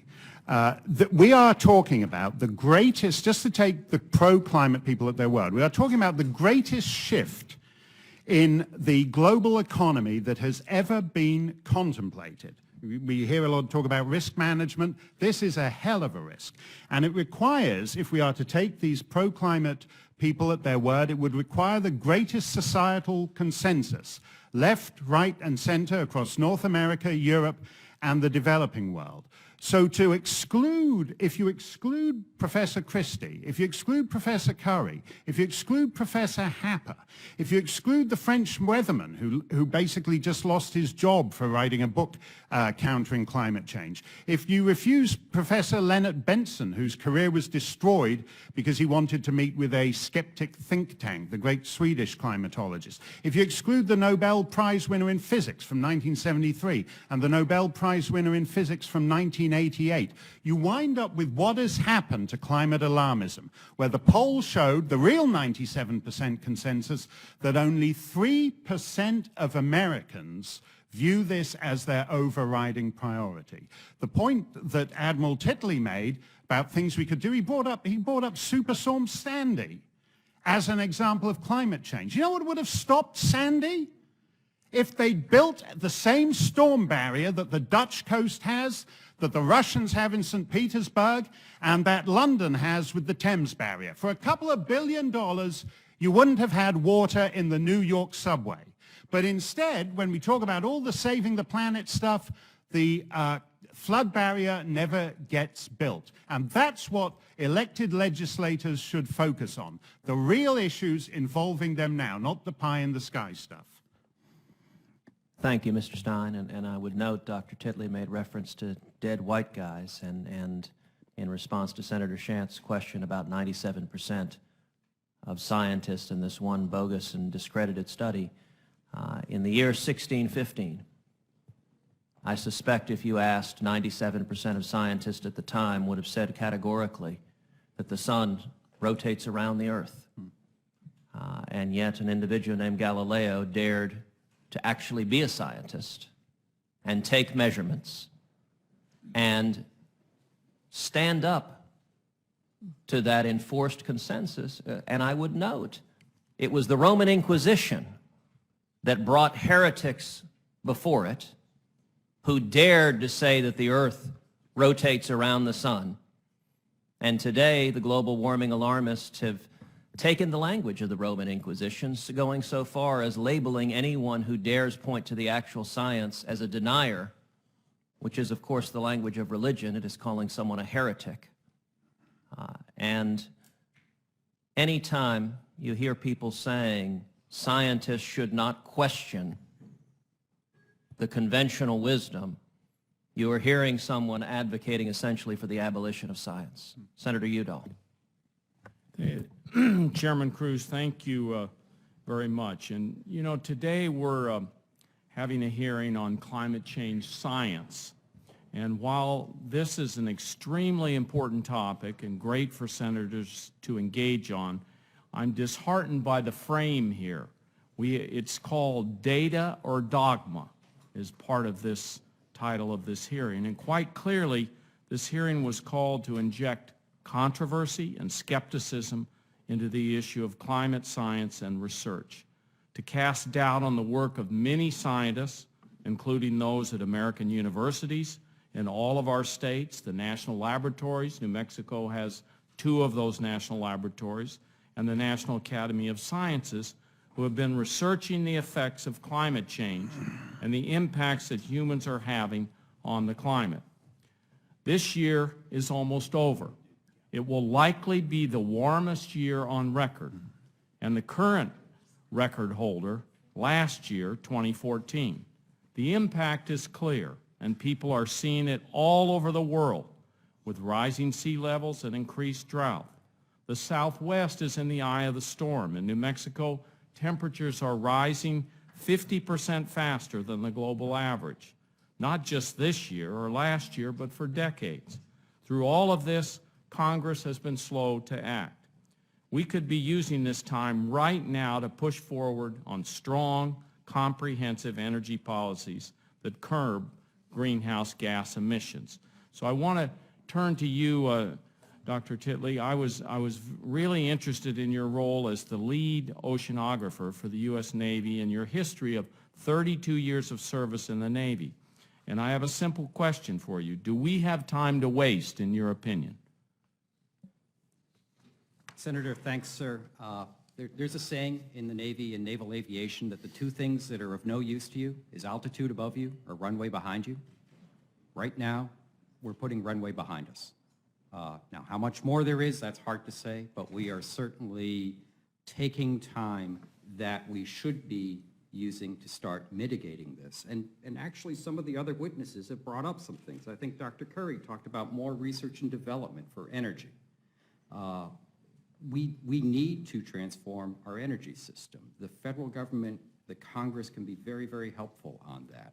So, but we are not doing that right now, sir, because we have these debates which is fine, but at some point we need to do something. And you believe, I think, that it would be very prudent to look at the science, which is overwhelming, and we've heard the 97, 98%, and proceed to do something in a bipartisan way that's constructive and find solutions. Were you always convinced that climate change is occurring? I think there's a YouTube video out there or a TEDx talk I did. It talked about, I was kind of a skeptic. As I think, as the chair introduced me, I have my degrees are in meteorology. You see a lot of day-to-day variation in weather. And you also see when you take a look at weather models, back when I started, back in the dark ages of the 70s, after about 3 days, they weren't really worth very much. So it took me, honestly, a while to realize that in weather, it really matters about how do you start those models. It's called initial conditions for the science folks. Whereas the climate models really work on boundary conditions. It's like how much energy is coming in, how many greenhouse gases do we have, where are the continents, where are the oceans? And you realize that, and this is why the climate models are useless at telling you what it's going to be like today or tomorrow, things like that. But they're pretty good at the overall trend. So when I looked at that, and frankly, I was asked by the Chief of Naval Operations, Admiral Gary Roughead, to look at this for the Navy. I just said, well, what's the evidence show? And that's where it really, I came to it. So, I'm probably like the reformed smoker, but it was really just simply looking at all these independent lines of evidence. That, to me, said, we've got an issue here, and we're going to have to do something. And Doctor, the evidence is right behind you on that chart. That's the evidence you're talking about. Just one yeah, line, one but data we could have point, a chart like that for the rising seas and for many, many other lines. Yeah. Yes, sir. And do you believe science has progressed on climate change? I think the evidence has shown that science in many fields, and including climate, it's not a nice linear process, but fits and starts. So when you take things like, whether it's different observation techniques. I mean, there's a paper that just came out, I think I saw a day or two ago from NASA measurements talking about maybe more snow in Antarctica. We're going to have to look at that. but that's interesting. So we get these ups and downs, but overall, and we've seen this in the IPCC and many other conclusions, that the level of confidence that the basic theory of greenhouse gases from the 19th century is in fact correct. Thank you. Thank you, Mr. Chairman. Thank you, Senator Udall. Senator Markey. Thank you, Mr. Chairman, very much for having this hearing. And hopefully this will go better than Galileo, because Galileo was put under house arrest, Dr. Titley, in 1633. And the Catholic Church did not issue an apology to Galileo until 1992. So we wish you a long life so that 359 years from now you can get the apology you deserve for actually using scientific data to back up your arguments here today. 2014 is the warmest year ever recorded. Is that correct, Dr. Titley? Yes, Senator, that's what I understand. That's what you understand. Now, what would that be based on? Science? A whole lot of thermometers, yes, sir. A whole bunch of thermometers, a very, very sophisticated technology. So this is going back to the beginning of the measurement of the temperature of the planet using thermometers. So that goes back to 1880, 1870. Now, I'm told that the first 6 months of this year are the warmest 6 months ever recorded on the history of the planet. Is that correct? Yes, sir, and I think that now extends to the warmest November as well, so we're up to 11 months in The counting. warmest October and the warmest November now ever recorded using thermometers, the same measurement for about 150 years right now. Very, clear calculations that have been made. And so, yeah, so I guess we're pretty much 150 years into the 359 years to getting kind of the apology from those who are the deniers. Now, in Paris right now, we've got just about every single, scientist in the world, every country in the world is there, all saying the planet is dangerously warming and that the cause of it is human activity. Even the Pope said that. It's dangerous to name a Jesuit who taught high school chemistry. You actually get somebody who says that, it is happening and it's caused by human beings and that there's a moral responsibility to do something about it. So this panel that we have in this committee, this last redoubt of denial, on the planet, of all the countries on the planet, this last place, has the flip of witnesses that we have every other place. We have 4 here who deny it and 1 who believes in the science. And so we clearly here are at a historic moment. And there'll be a day when you get your apology, Dr. Titley, for being kind of the sacrificial lamb here, like Galileo, standing up for actual science.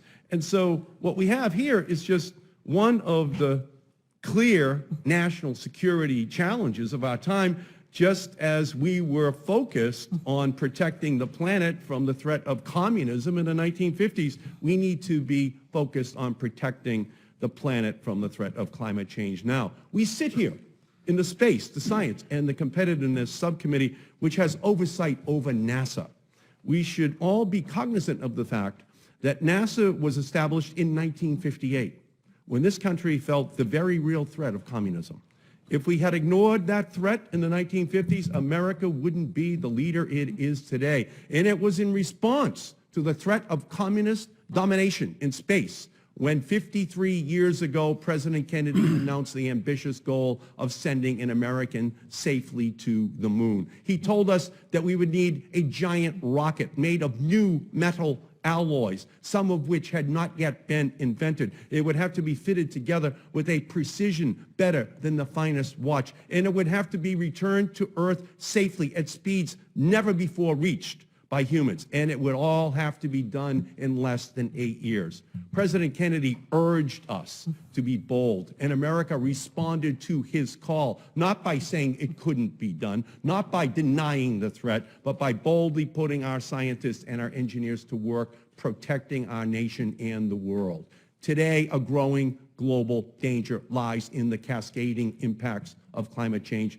Temperatures are increasing. Sea levels are rising. More extreme rains are falling. The ocean is becoming more acidic. And all of this has consequences for people, public health, and for prosperity. That's why our national security, military, and intelligence leaders have warned that a changing climate can worsen the tensions that are fueling terrorism and conflicts around the world.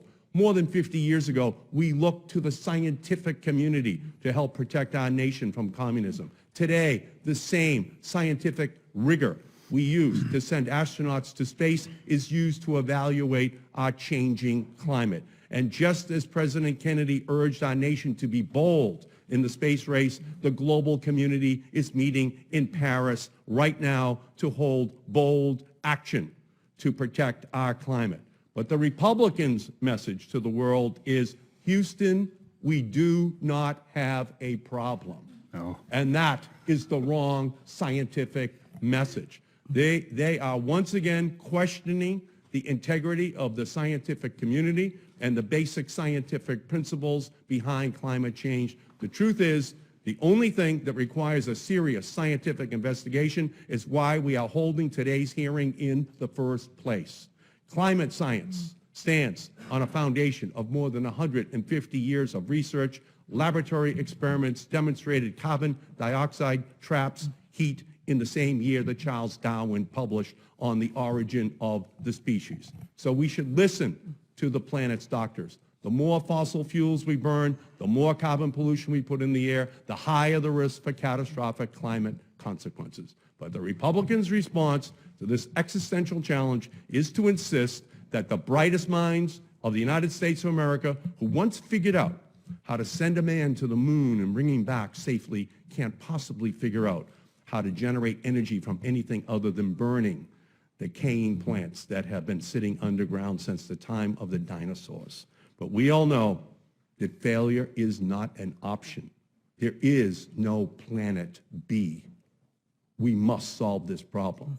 The science dictates that we solve this problem. It is time to stop denying the science and start deploying the climate solutions.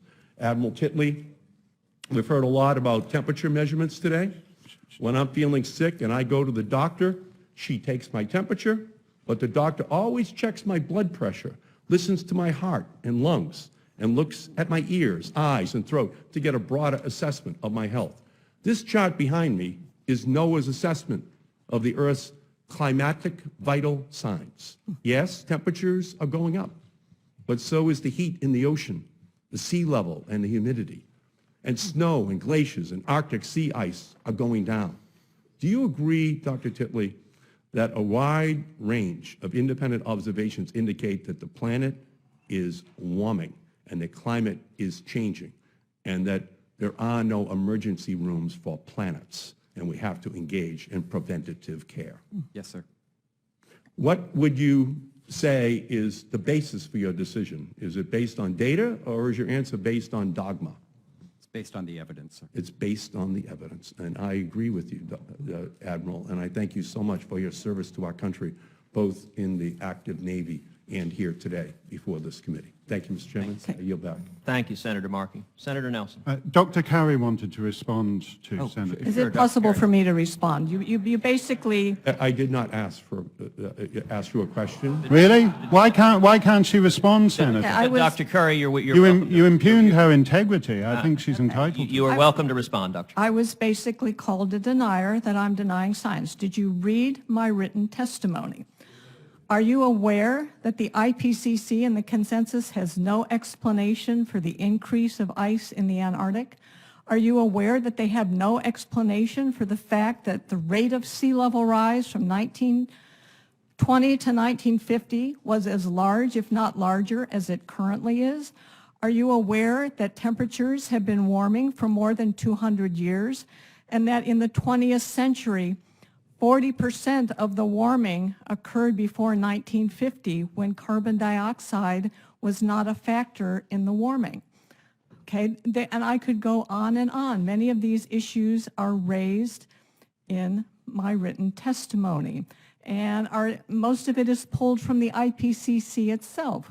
The IPCC has an explanation for, so it says, for warming during the period 1975 to 2000. It doesn't have an explanation for the flat period since 2000. It doesn't have an explanation for the early century. Doctor, as I just said in my testimony, corroborated by Dr. Titley, this is the warmest year ever recorded. Last year is the warmest year ever recorded until this year. This is the warmest November ever recorded. October is the warmest October ever recorded. You do not have an answer for that, Dr. Mayer. Yes. You continue to ignore the chart which Dr. Titley has over his left shoulder. He has documented for this committee the warming trend, which is inexorable, inevitable in terms of its consequences unless we take action here. That's the science you're having a hard time in responding to. The issue here, is Dr. what Mayer. is causing the warming. Is it natural variability or is it humans? Like Galileo, he said, no, the science. Are you aware?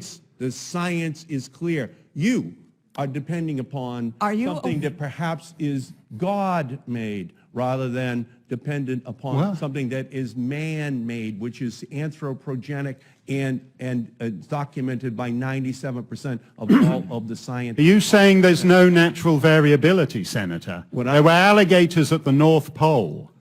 What was that? Was that you in your SUV? What I am saying is that this warming is something that, while it may have a variability year to year in specific parts of the planet, that the trend is straight up. Yeah. And Do you know what the little ice age and was, it is- Senator? And again, it is climate change. We had 110 inches of snow in Boston last year with measurements of water 21 degrees warmer than normal off of the coast of Massachusetts. Okay, this was an unusual event for us. The warming of the ocean intensifies the amount of precipitation when Arctic air hits that water. Now, if you want to deny that, if you want to ignore that these changes are taking place and that they're having a dramatic impact, then you are in the right place. Do you know what the You are at winters the were right like at witness. You Plymouth are at the Rock? right witness. Do you know what the winters were like at Plymouth Rock, Senator?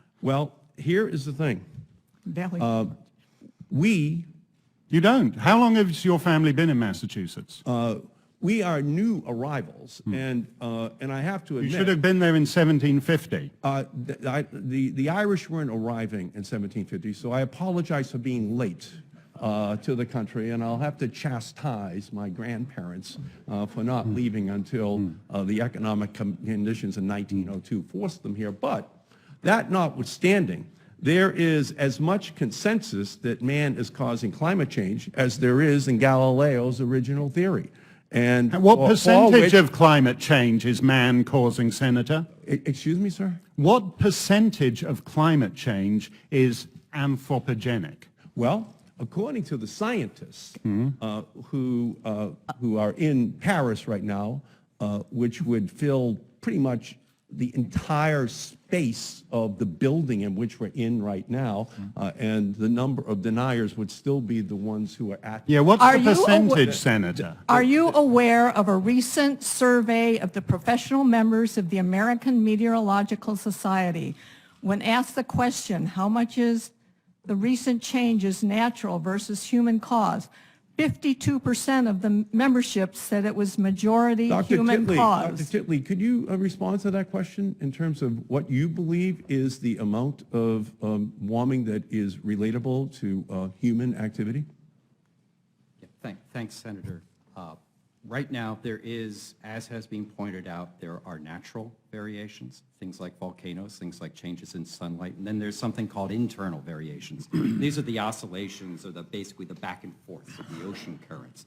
So even if you had no change in forcing, but what we are doing is we are changing in forcing, and I think the IPCC has come down pretty strong, along with multiple National Academy panels, saying that the human-caused forcing is very, very significant. That doesn't mean there isn't natural variability. It doesn't mean there is not internal variability. But the human-caused forcing is very significant. And that's, I think, what we need to deal with. Thank you, And Dr.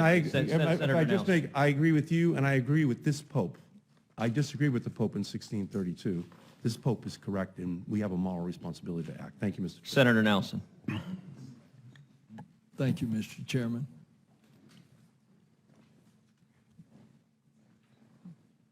My approach to this is a little more coolly aloof and look at facts. Admiral, the chart behind you, is that a measurement of surface temperature?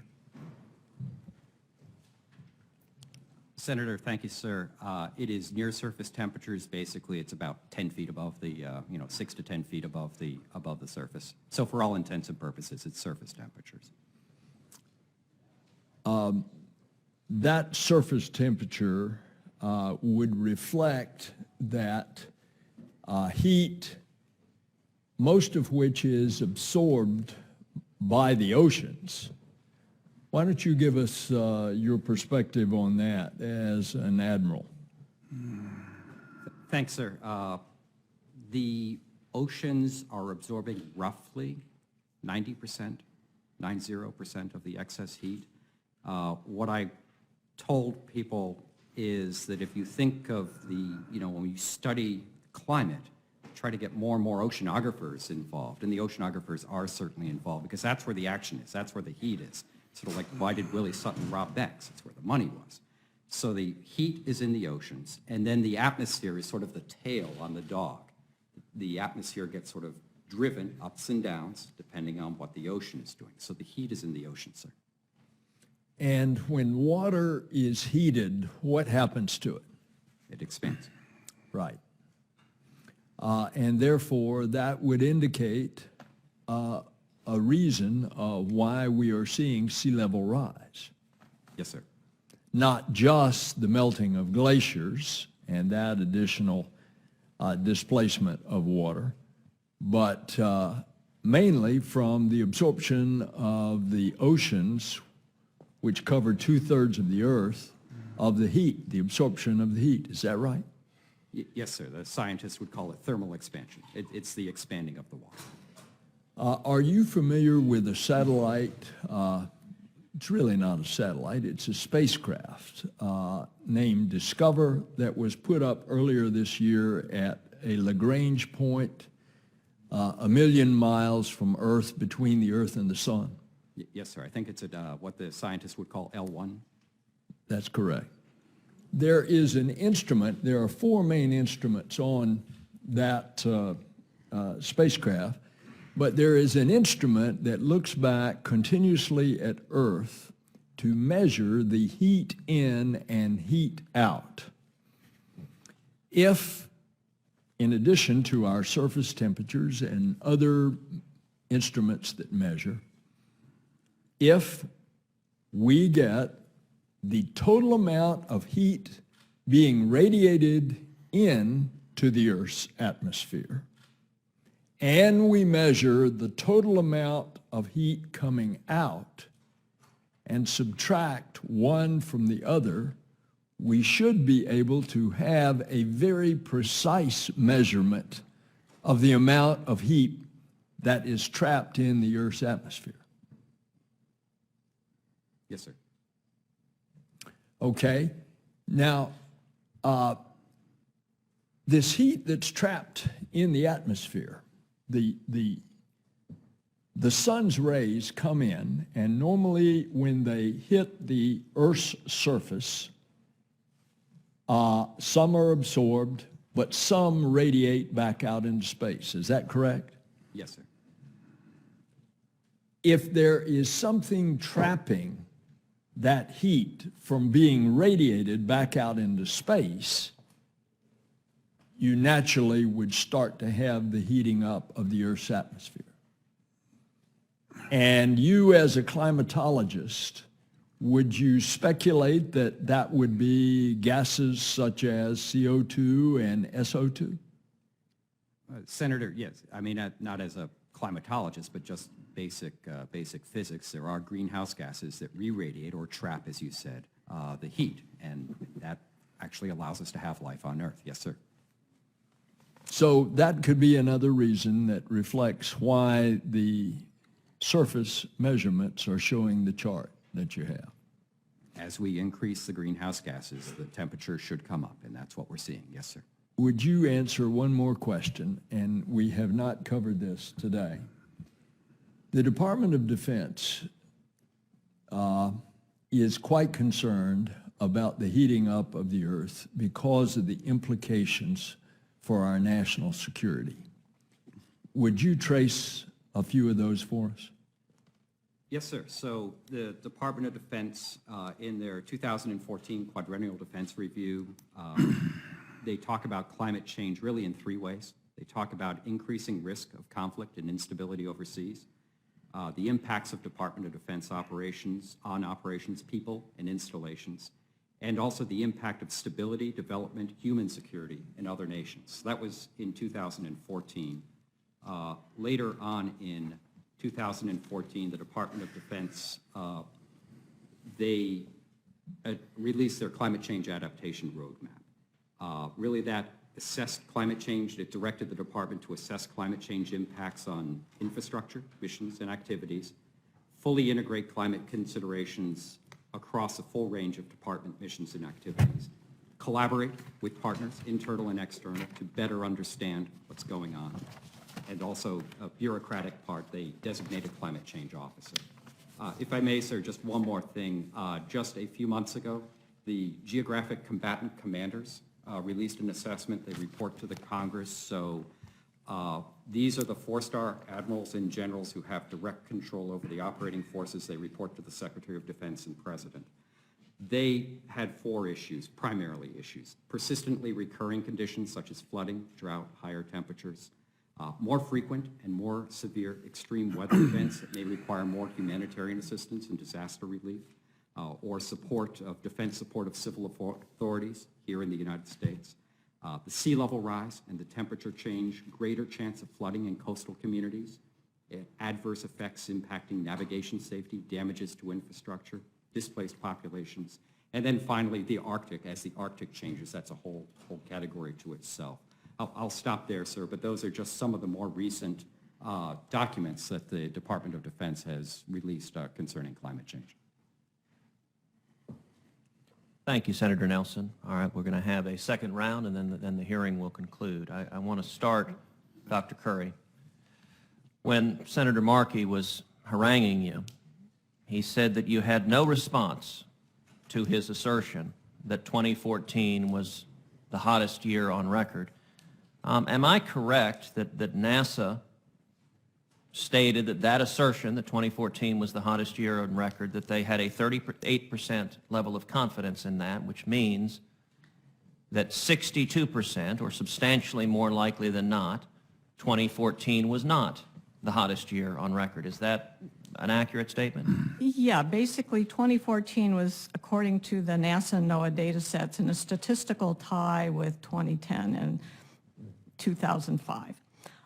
The UK data set, which has, I think, more credible error bars on their data set, found that it was in the top 10 warmest years. They couldn't fine-tune it any more than that, given the great uncertainties in the reconstruction of global surface temperature data. And I think the uncertainty levels are really too low on all of those estimates, in my opinion.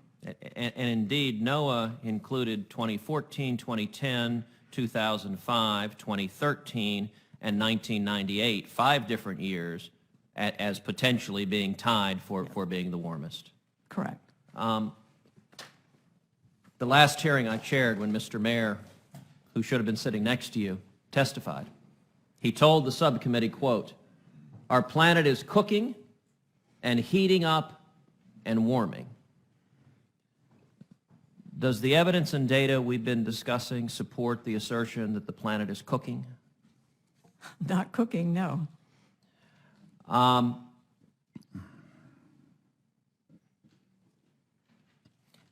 And indeed, Another reference was made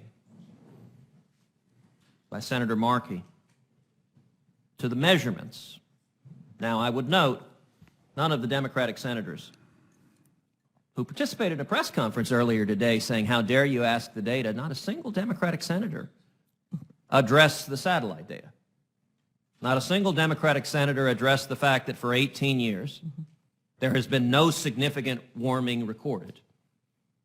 Because I suppose it is contrary to their computer model and to their political desire to massively increase government control of the economy and impose trillions of dollars of cost on people who can't afford it. But let's turn to the different measurements, not the satellite data, and if we can put up the next two charts.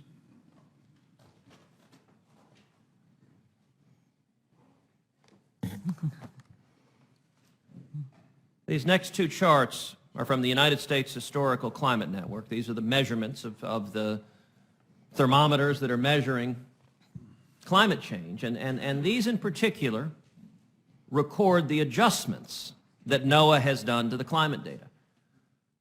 Chart on the left, you can see that between 1900 and 1960, NOAA made relatively few adjustments, and they were relatively minor. And then we see that for the more recent years, they've been adjusting them upwards. And the adjustments consistently are upwards. They're never adjusting downward. Now, the chart on the right likewise looks at the raw numbers are on the top. The raw numbers demonstrate a fair degree of uniformity. But the adjusted numbers, the old temperatures are cooler and the new temperatures are warmer.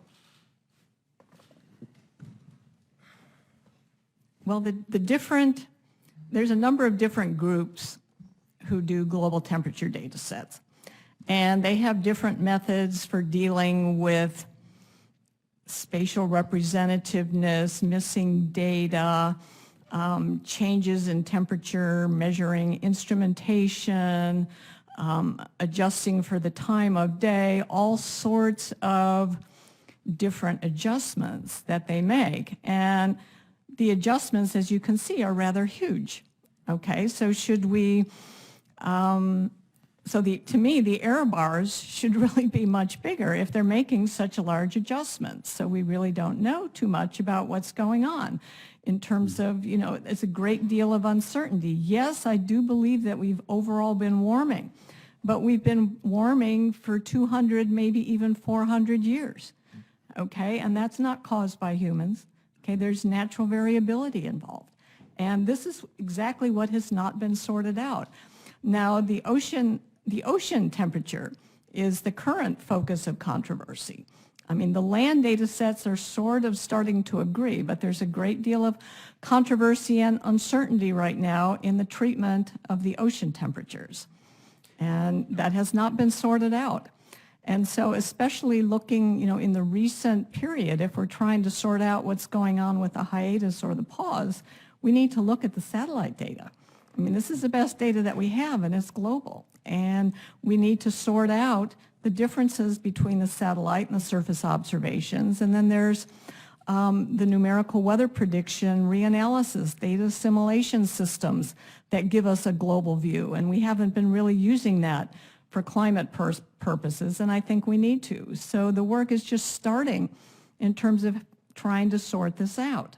Now, And Dr. we don't Curry, have... you said something very important there, and that you said the satellite data are the best data we have. Can you explain as a scientist why that's the case? Well, it's global coverage. It's not a simple measurement. You have to do, a retrieval and weighting functions, and it's a complex problem, but it's reasonably well calibrated and consistent over the last 30-ish years. And not a single Democratic senator had any response to the satellite data that demonstrates their entire theory of global warming for 18 years hasn't been happening. Yeah, I mean, we need to sort this out rather than ignore it. I mean, this is what I'm concerned about. And Mr. Stein, you look like you want to make a comment. Yeah, I want to ask a question on this because you also are quite familiar with the cooking of the books Right. of the hockey stick, and indeed, Dr. Yeah. Curry, you mentioned ClimateGate and the scientists receiving a whole lot of funding to conclude global warming was occurring and then adjusting their results to reflect that. I would note if you systematically adjust the numbers upwards for more recent temperatures, wouldn't that by definition produce a data set that proves your global warming theory is correct? And the more you add, the more warming you can find, and you don't have to actually bother looking at what the thermometer says. You just add whatever number you want. No, that's what's fascinating about this. Could you just tell me the left-hand date on your chart, Senator? What is it? I can't quite see it from On the left on the right-hand chart of the blue and red line. What's the in both of them, it's 1900. Isn't it? 1900. So you look at the blue line, you look at the red line. This is the adjustment of figures that is going on now. Yeah. What has happened since the global warming pause is that the public does not trust the alarmist establishment to tell them what the climate will be like in the year 2050. What that chart shows is why the public is moving to a new position now where it doesn't even trust these federal agencies to tell them what the climate was like in 1950 or 1920 or 1900. And that's interesting. If these adjustments are merited, if an adjustment in the official recorded observed temperature, because Gavin Schmidt at NASA wasn't standing out by the thermometer in the year 1920, but he suddenly decides a century on, what are we now, well, 95 years on, that 1920's temperature needs adjusting. That tells you how uncertain the science is. I would also like, Senator, just to say a word about this whole national security thing, because I've never heard anything quite so ridiculous. We are a country in which we have an enemy overseas who so-called radicalizes suburban couples in California who go out and kill people. But we are planning now for global security threats a century hence, because the Maldives might have been swept away by water by then. The entire population of the Maldives are all Sunni Muslim, so they'll fit in perfectly fine if they all move to this Brussels suburb that produced the shooters in Paris.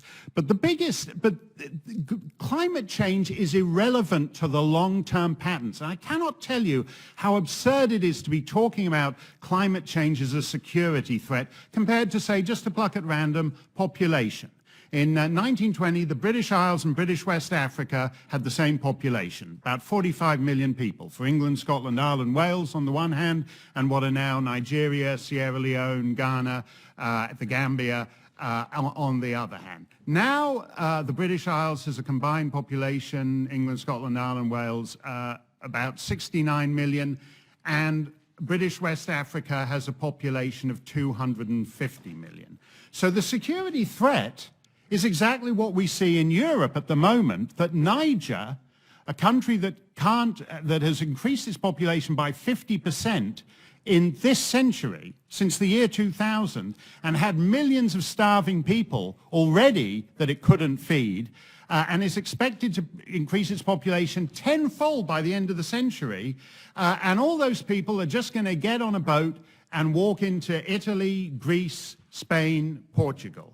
And the idea that somehow climate change's impact on that is absolutely trivial to the remorselessness of those numbers. And I understand that governments find it easier to deal with cloud cuckoo, fantasy land, saving the planet type issues.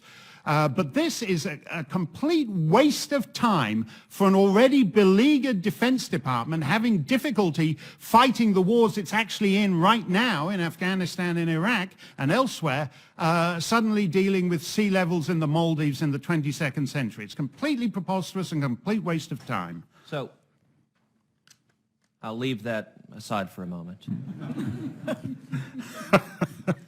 and simply observe, if we look to the satellite data, we see for 18 years no significant recorded warming. We see no response from the Democratic senators. If we look to the raw data, according to the raw data in 1940, it appears from this chart, the 5-year mean temperature was higher than it is in recent time. But once you adjust it, if you subtract from the old temperatures and add to the new ones, then you can have measurements that reflect your theory. Dr. Happer, you wanted to comment on this. Yeah, I just wanted to say one more thing about the satellite data, and that is that they are cross-calibrated with weather balloons all over the world. And so it's not simply a couple of groups measuring satellites. There's a quality check that goes on there, and there's no similar thing to the surface data that I know of. It's a very good point, and indeed, Dr. Christie's chart, as he described, was an average of several measurements of both the satellites and the weather balloon. If we can move to the next two charts, I want to, the final line of questioning I want to address is the effect of censorship, of dogmatism, of intimidation. So both of these come from BarackObama.com, a website I will admit I don't spend a lot of time perusing. On BarackObama.com, the President of the United States is issuing a call out the climate deniers. Too many of our elected officials deny the science of climate change. Along with their polluter allies, they are blocking progress in the fight against climate change. Find the deniers near you. Find the heretics and call them out today. And indeed, they show a number. And I will say, when I first looked at that chart, I was quite disappointed. I thought I was omitted, but then I discovered I am indeed included, along with a number of other elected officials. Indeed, I might note a number of elected officials. What does it do to scientific debate when anyone who dares question political ideology is branded a denier and a heretic? What are the consequences in the academic world when that occurs? Dr. Curry. There's a chilling effect, okay? People keep their heads down. They look for opportunities just to do something else and to move on, retire, get out of the business. I've talked to any number of scientists who have done this, recent PhD recipients on up to very senior scientists. It has a very chilling effect. As a tenured scientist who's relatively senior, I felt sufficiently secure to speak out. But younger scientists who are not tenured, fear for their jobs. They have mortgage payments, whatever, and and kids to support. They can't afford to speak out. The social contract currently between the Obama administration and climate scientists is, if you say alarming things, you'll get plenty of funding. That seems to be how it's working. And that is very, very pernicious for science. And do you get funded if you're researching anything other than the orthodoxy of global warming alarmism? I'm no longer applying for government grants. I can't get funded to do anything I want. Let me speak more in the aggregate. Does one get funded if one is a scientist and one, I recall being back in high school and studying science, the scientific method, that you started with an hypothesis and then you look to evidence to prove or disprove the hypothesis, and often disproving it is the more useful thing to try to do. Do those who are actually trying to disprove the hypotheses, mind you, the hypotheses that will drive up the electric bills and the cost of living for millions of Americans, will hurt people who are struggling, will hurt single moms, will hurt Hispanics, will hurt African Americans, does anyone doing any research that might contradict the political dogma, are they at all likely to get funding? Okay, the issue is this. The funding agencies do a call for proposals or an announcement of opportunity, and they're already implicitly assuming that human-caused climate change is dangerous. That there's not even an opportunity or something that even makes sense to write, to submit a proposal to. Right. So that's the real problem. So a lot of the skeptical research is really being conducted by independent scientists who are not asking for any government funding. Okay, so my final two questions. One of the letters that the minority has submitted into the record is a letter from the American Association for the Advancement of Science. A sentence within that letter: we are committed to the principle that scientific inquiry and open scientific communication, regardless of field of study, should proceed unhampered by intrusions on academic freedom. Now that is a noble sounding statement and one that with which I agree emphatically. I want to ask the members of the panel, how does that noble sentiment comport with the call from our colleague, Democratic Senator Sheldon Whitehouse, that anyone who dares dispute the global warming alarmist orthodoxy should face criminal prosecution under RICO? Are those two statements somehow compatible, that you can have academic freedom and robust debate when you've got politicians saying we will criminally prosecute you as a racketeer if you dispute our political orthodoxy? Well, that statement by Science is the AAAS is really a myth, because about 2 months ago, well, maybe 3 months ago, the editor of Science, Marcia McNutt, had an op-ed in Science that said, "The debate is over. Urgent action needed," essentially. And this was the editor of Science, which is the flagship journal of the American Association for the Advancement of Science. When an editor of a scientific journal makes a statement like that, it gives all of the editors a license to completely ignore any publication that's submitted that questions a consensus. And this is the real pernicious thing that's going on. So right now, we're more ruled by the RICO mentality than we are by those lofty sentiments expressed by the American Association for the Advancement of Science. Senator, you said your parents were, I think, mathematicians, statistical modelers. We've had a lot of talk today about climate science. I compiled a book that you were kind enough to mention the title of, and what was fascinating me about that book was that climate science evolves. 20 years ago it was basically a branch of, 30 years ago, physical geography. Now it's basically computer modeling. Yet at the same time, the majority of statisticians who look at the climate models think they are grossly unprofessional. Mathematicians and statisticians who look at the way these climate models and the way the hockey stick were constructed are not on board with it at all. A majority of engineers are not on board with it. A majority of physicists, non-climate physicists, are not on board with this. So this idea that climate science is this hermetically sealed specialty that is sealed off from the rest of the world is nonsense. Climate science, you have dendrochronology types, you have statistical modeling types, and there are elements of all in the work that they do. But certain people, mathematicians, engineers, statisticians, are not on board with this. And Judith mentioned Science magazine. Nature magazine went even further. They're the two most prestigious science journals on the planet, Nature and Science. And Nature printed a statement recently from a group of climate scientists who said, quote, "Climate justice," unquote, "climate justice is more important than democracy."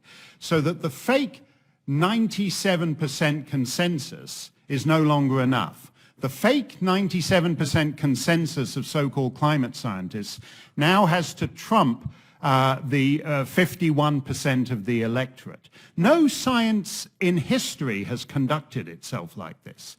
And it would be unrecognizable to Sir Isaac Newton or Charles Babbage or the Curies to see a self-sustaining, malign, politico-science nexus supporting itself and excluding all other voices. It is at odds with scientific inquiry. It is at odds with scientific inquiry across the centuries. In 2009, August 31st, 2009, then Senator John Kerry, as I discussed in my opening, said scientists project that the Arctic will be ice-free in the summer of 2013, not in 2050, but 4 years from now. The nice thing about this is, unlike theories that can't necessarily be disproven, this is actually a statement that can be tested by actual facts and evidence. Dr. Happer, was it in fact accurate in the summer of 2013 the Arctic was ice-free? No, it certainly wasn't ice-free, but if I could follow up on something my colleague just said, actually, This is not unprecedented in climate science. If you look in the Soviet Union for 30 years, it was reigned by Lysenko in biology. And he had complete control over biology. You got fired or worse if you didn't agree with his brand of biology. And that was finally brought to an end partly because of people from other fields. For example, Andrei Sakharov, the inventor of the Soviet hydrogen bomb, led some of the opposition because he had enough stature to stand up and push back. But most people were afraid. So there was a state of fear that was actually quite a bit worse than climate right now. But nevertheless, it's a good lesson to remember. And my final question, Dr. Titley, based on your 3 decades serving in the Navy, do you agree with President Obama, who said holding a global warming summit in Europe was a powerful rebuke to the ISIS terrorist who just committed a horrific act of terrorism in Paris and indeed likewise in San Bernardino? Senator, thanks, sir, for the question. The way I describe these geostrategic risks of climate change, climate is the risk, and it makes the threats such as ISIS worse. So this is not an either or. It's not a false But I'm asking your judgment as a military man if you agree with President Obama that holding a global warming summit was a powerful rebuke to the ISIS terrorists. I find that statement absurd on its face. I'm asking based on your military judgment, do you agree with the President? We have to address both, sir. Thank you. From your declining to answer, I take it the inference of that is that your answer is no. My answer is, sir, we have to address both the risk of climate change and the threat of ISIS. Thank you. Senator Peters. Mr. Chairman, I'm going to go first with your Senator permission. And Mr. Chairman, I might say, just supporting the Admiral, sea level rise is a threat to an area such as Bangladesh. It will cause a huge displacement of population, which will cause turmoil, which is the conditions that are ripe for extremists to exploit. So there are answers to that. And I would just conclude my remarks by saying, you know, we've been talking about censorship here. Mr. Chairman, you are my friend. And as you know, I am respectful to you and the other senators. I find it somewhat ironic that we're talking about censorship against those that speak against climate change, when in fact it's been exactly the opposite over and over.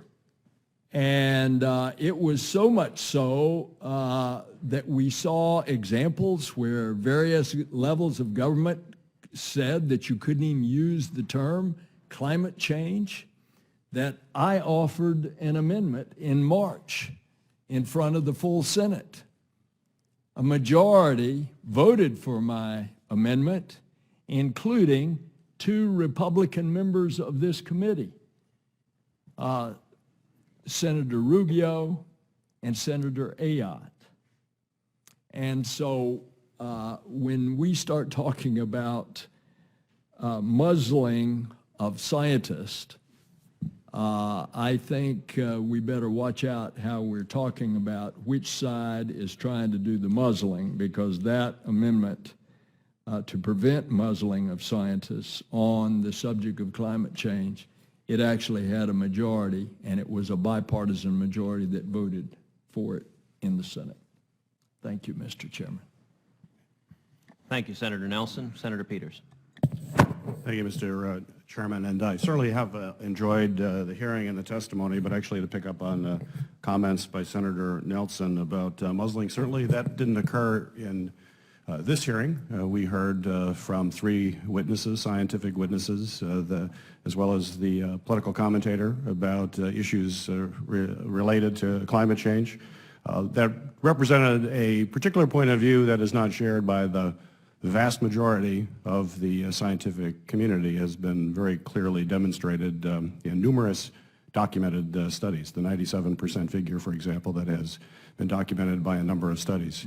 So I was curious. We had 3 folks testifying with concerns about the science, and if you look at it in a ratio of 97 folks, we had 3 scientists who had some questions, who represent not 60% of the scientific consensus. We had Mr. Stein with a political commentator, which I know if you add all the political commentators on both sides of the issue, it'd be a lot more than 1 out of 5, I'm sure. It'd probably fill several rooms here. Dr. Tilley, you were here by yourself, but if we put it in perspective, we had the 3 that took this perspective, and I think there's probably, I don't know if there's 100 people in this room, but probably everybody else in this room would have a different position. Certainly as policymakers, this is about leadership, it's about making decisions, about someone who has to make decisions that are going to impact the country.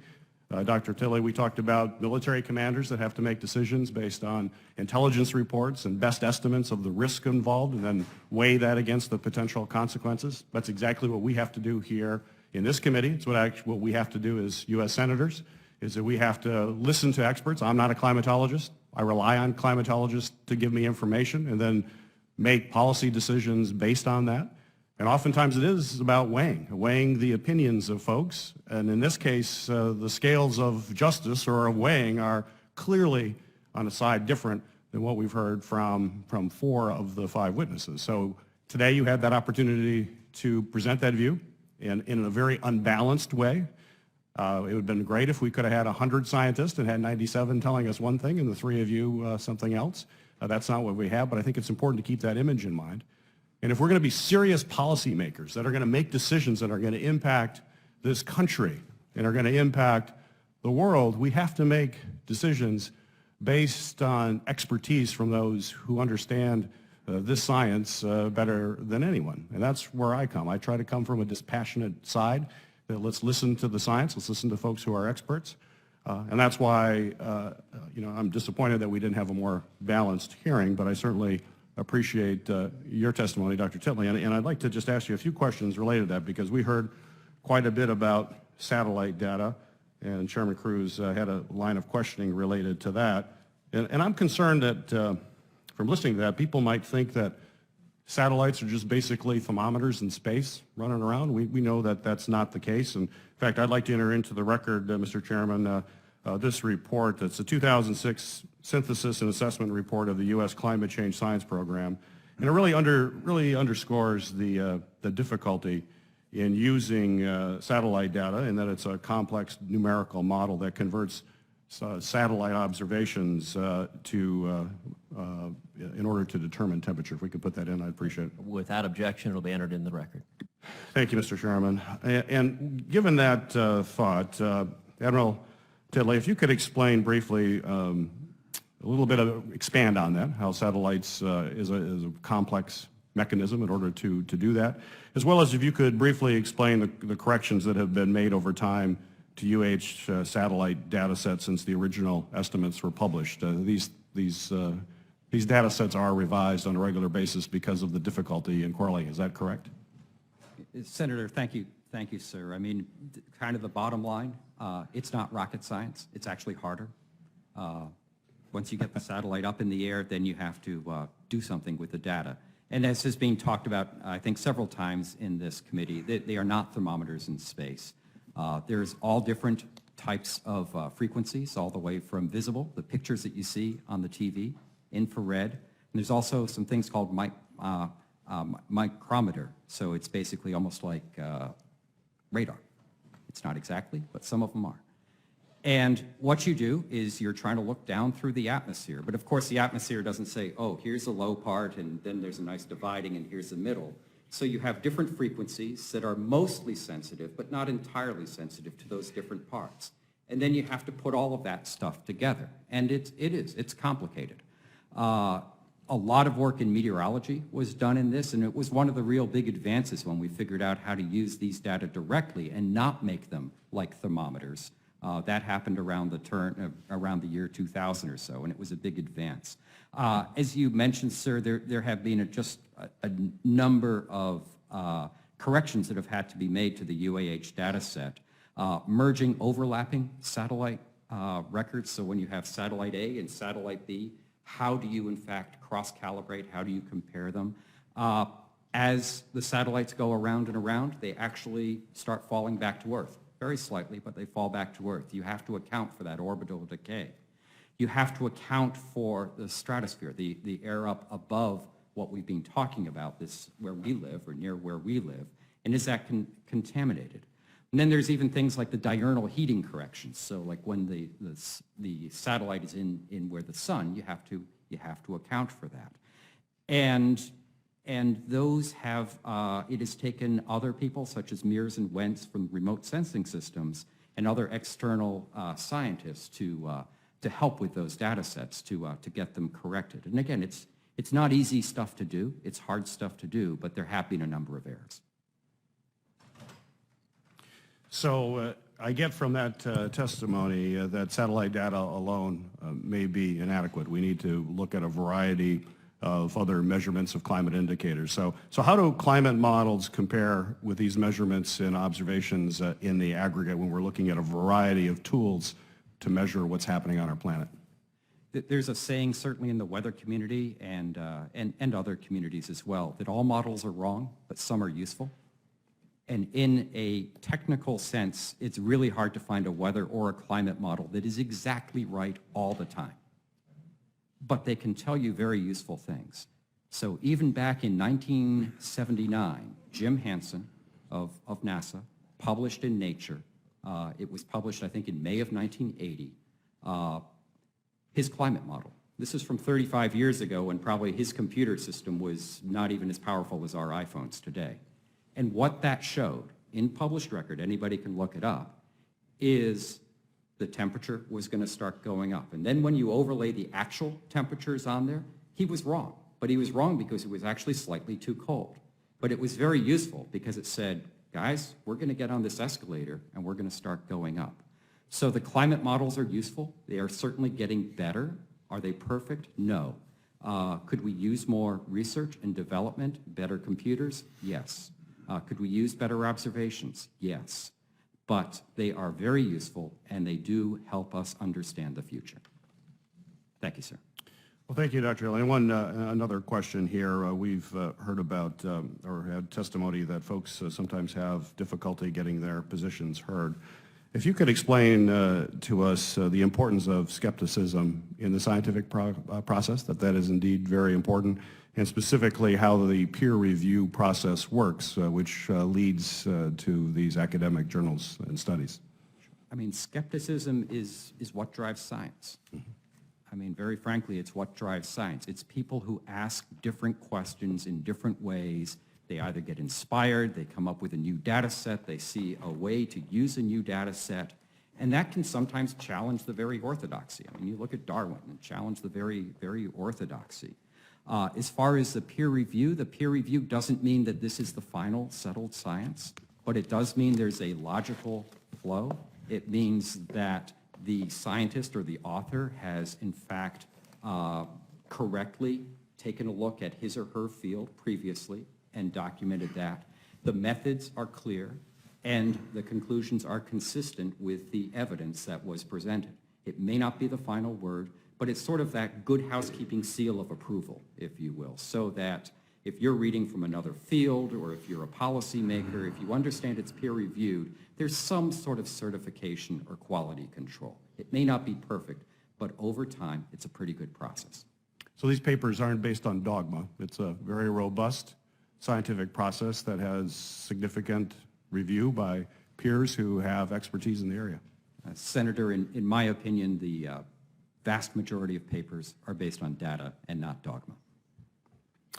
How, Dr. or Admiral Titley as well, what do we understand about the natural phenomena that has contributed to warming from the last 150 years versus effect of carbon that humans have released. We've heard that from some of our other panelists, that there's other natural phenomena. Would you kind of dive into that a little more and give us a better sense of what we know about humans' impact? Yes, sir. The human's impact is really primarily, although not exclusively, from greenhouse gases. Land use also has an impact. Agriculture has an impact. But primarily, it's our energy uses, fossil fuels. And what they are doing is putting billions of tons of greenhouse gases into the atmosphere. So even though in absolute terms 400 parts per million doesn't sound like that much, compared to where we started the pre-industrial revolution at about 275, 280 parts per million, it's a significant increase. And we are seeing those effects. We are seeing the temperatures come up, but we're also seeing the rainfall come up. A warmer atmosphere has the potential to hold, if you will, more water vapor. So when it rains, it can rain harder. The temperatures are melting the ice. We've already talked about, I believe with Senator Schatz, the sea level expansion, or the thermal expansion. So we're seeing all these different independent lines of evidence. And since we built human civilization based on climate stability, that's the challenge that we have. We now have to adapt. And I think I've heard some of the other panelists say we need to adapt. So we're going to have to adapt to the climate changes that are coming that we cannot stop.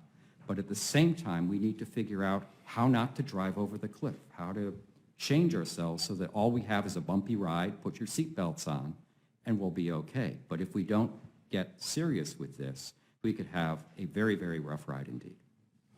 Well, hopefully that's where we'll spend time in this committee in the future, is thinking through how do we adapt, how do we design policy prescriptions to what is a complex but potentially dangerous change in the climate. I want to go back, because I didn't hear the other response. I think Dr. Harper talked about carbon dioxide, and I just want to have opportunity for you to respond, Dr. Tilley. Is that we know that there have been periods in Earth's history prior to the evolution of photosynthesis, I believe, when carbon dioxide levels in the atmosphere were much higher than they are now. Can you talk about what the Earth was like in times past when carbon dioxide levels were much higher, and what that might mean for us now? And you heard Dr. Harper's testimony. Perhaps your response would be helpful now. Yes, sir. There certainly have been times in the past where carbon dioxide levels have been much, much higher. But there weren't modern humans, and there certainly weren't billions of humans. So our challenge is, how do we deal with these new rises in carbon dioxide with 7, 8 billion people on board? The plants, certainly, in general, plants do better, but so do the weeds. So if you're looking at agriculture, what you have to deal with is not only are the plants that you want to grow are going to do better, the weeds are going to grow better, but they're going to do so in a hotter environment. Do you start crossing thresholds, either not only daytime thresholds, nighttime thresholds? Does it mess up with the germination? Does it mess up with the pollination? Where are you going to get the water from if you've changed the basic water cycle? So all of those issues become a great challenge, and you need to be able to look at the entire system of agriculture in a changing climate to see where the risks are and where the challenges are. Well, I think those are important points, Dr. Tilley, and I'd actually like to enter in the record 2 studies, one in 2006 by Stephen Long and another study here by Samuel Myers that also has a little different perspective on CO2 levels than what we heard in testimony today. If I could introduce that in the record, Mr. Chairman. Without objection, that we made part of the record. Thank you, Mr. Chairman. And then I've also we've had some references by members of the panel regarding Senator Whitehouse and some comments that he had made. I would like to enter into the record as well a speech that he made that should be entered into the record as to refute some of the comments that were made by the panel. Without objection. Thank you very much. Yield back, Mr. Chairman. Thank you, Senator Peters. I want to thank each of the witnesses for being here. Actually, Dr. Happer, you wanted to... I just wanted to make one response about satellite temperature measurements. They They measure temperature the same way as hospitals do today. Nobody sticks a thermometer in your mouth anymore. They use a temporal scanner, or they put something in your ear. And so they're measuring radiation in exactly the same way that satellites do, except infrared radiation. So everybody uses the same temperature measurements today. Thank you, Dr. Happer. That's helpful. This hearing was a hearing to discuss facts and evidence and data rather than partisan dogma and ideology. And there are at least 7 facts that our witnesses have laid out here to which there have been, I believe, no effective response. Number 1, that carbon dioxide, rather than being a pollutant, is good for plant life. Number 2, that the earth, right now today, is greening. Number 3, that for significant periods in history, there has been markedly more CO2 in our atmosphere, and that was prior to the Industrial Revolution, so it could not have come from the burning of fossil fuels. Number 4, that for the last 18 years, the satellite data and the weather balloon data both demonstrate no significant warming whatsoever. That fact in particular, not a single Democratic senator had an effective response to. Number 5, that the satellite data and the weather balloon data are the best evidence we have of whether warming is occurring, and that evidence, the actual data, demonstrate that it is not. Number 6, that the seas were rising more in the first half of the 20th century, prior to the significant increase in carbon dioxide emissions, than they are now. And number 8, that the computer models, the apocalyptic computer models that are telling us we need to raise every hardworking American's electric bills, gas bills, cost of living, we need to make it harder for single moms, for immigrants, for African Americans, for Hispanics, for hardworking men and women. We need to make it harder for them to make a living and make ends meet. The computer models are profoundly wrong. Not a little bit wrong, but profoundly inconsistent with the data and the evidence. None of these 8 facts tend to make it through the media gatekeepers that instead enforce, like the Inquisition, a discipline on the heretics that would dare stand in the way of their political ideology of imposing trillions of dollars of cost on people who are struggling. Policy should be driven by facts, and as John Adams said, facts are stubborn things. In addition to the number of things entered in the record, I've got a series of newspaper articles describing the persecution of so-called climate deniers that without objection are going to be entered into the record. I'm also going to enter into the record the op-ed that Senator Whitehouse wrote calling for RICO criminal prosecution of anyone who dares stand in the way of the political ideology that hurts working men and women. The hearing record is going to remain open for 2 weeks. During this time, senators are asked to submit any questions for the record, and upon receipt, the witnesses are requested to submit their written answers to the committee as soon as possible. I want to thank the witnesses for being here. I want to thank you for the time in preparing your testimony. And with that, this hearing is adjourned.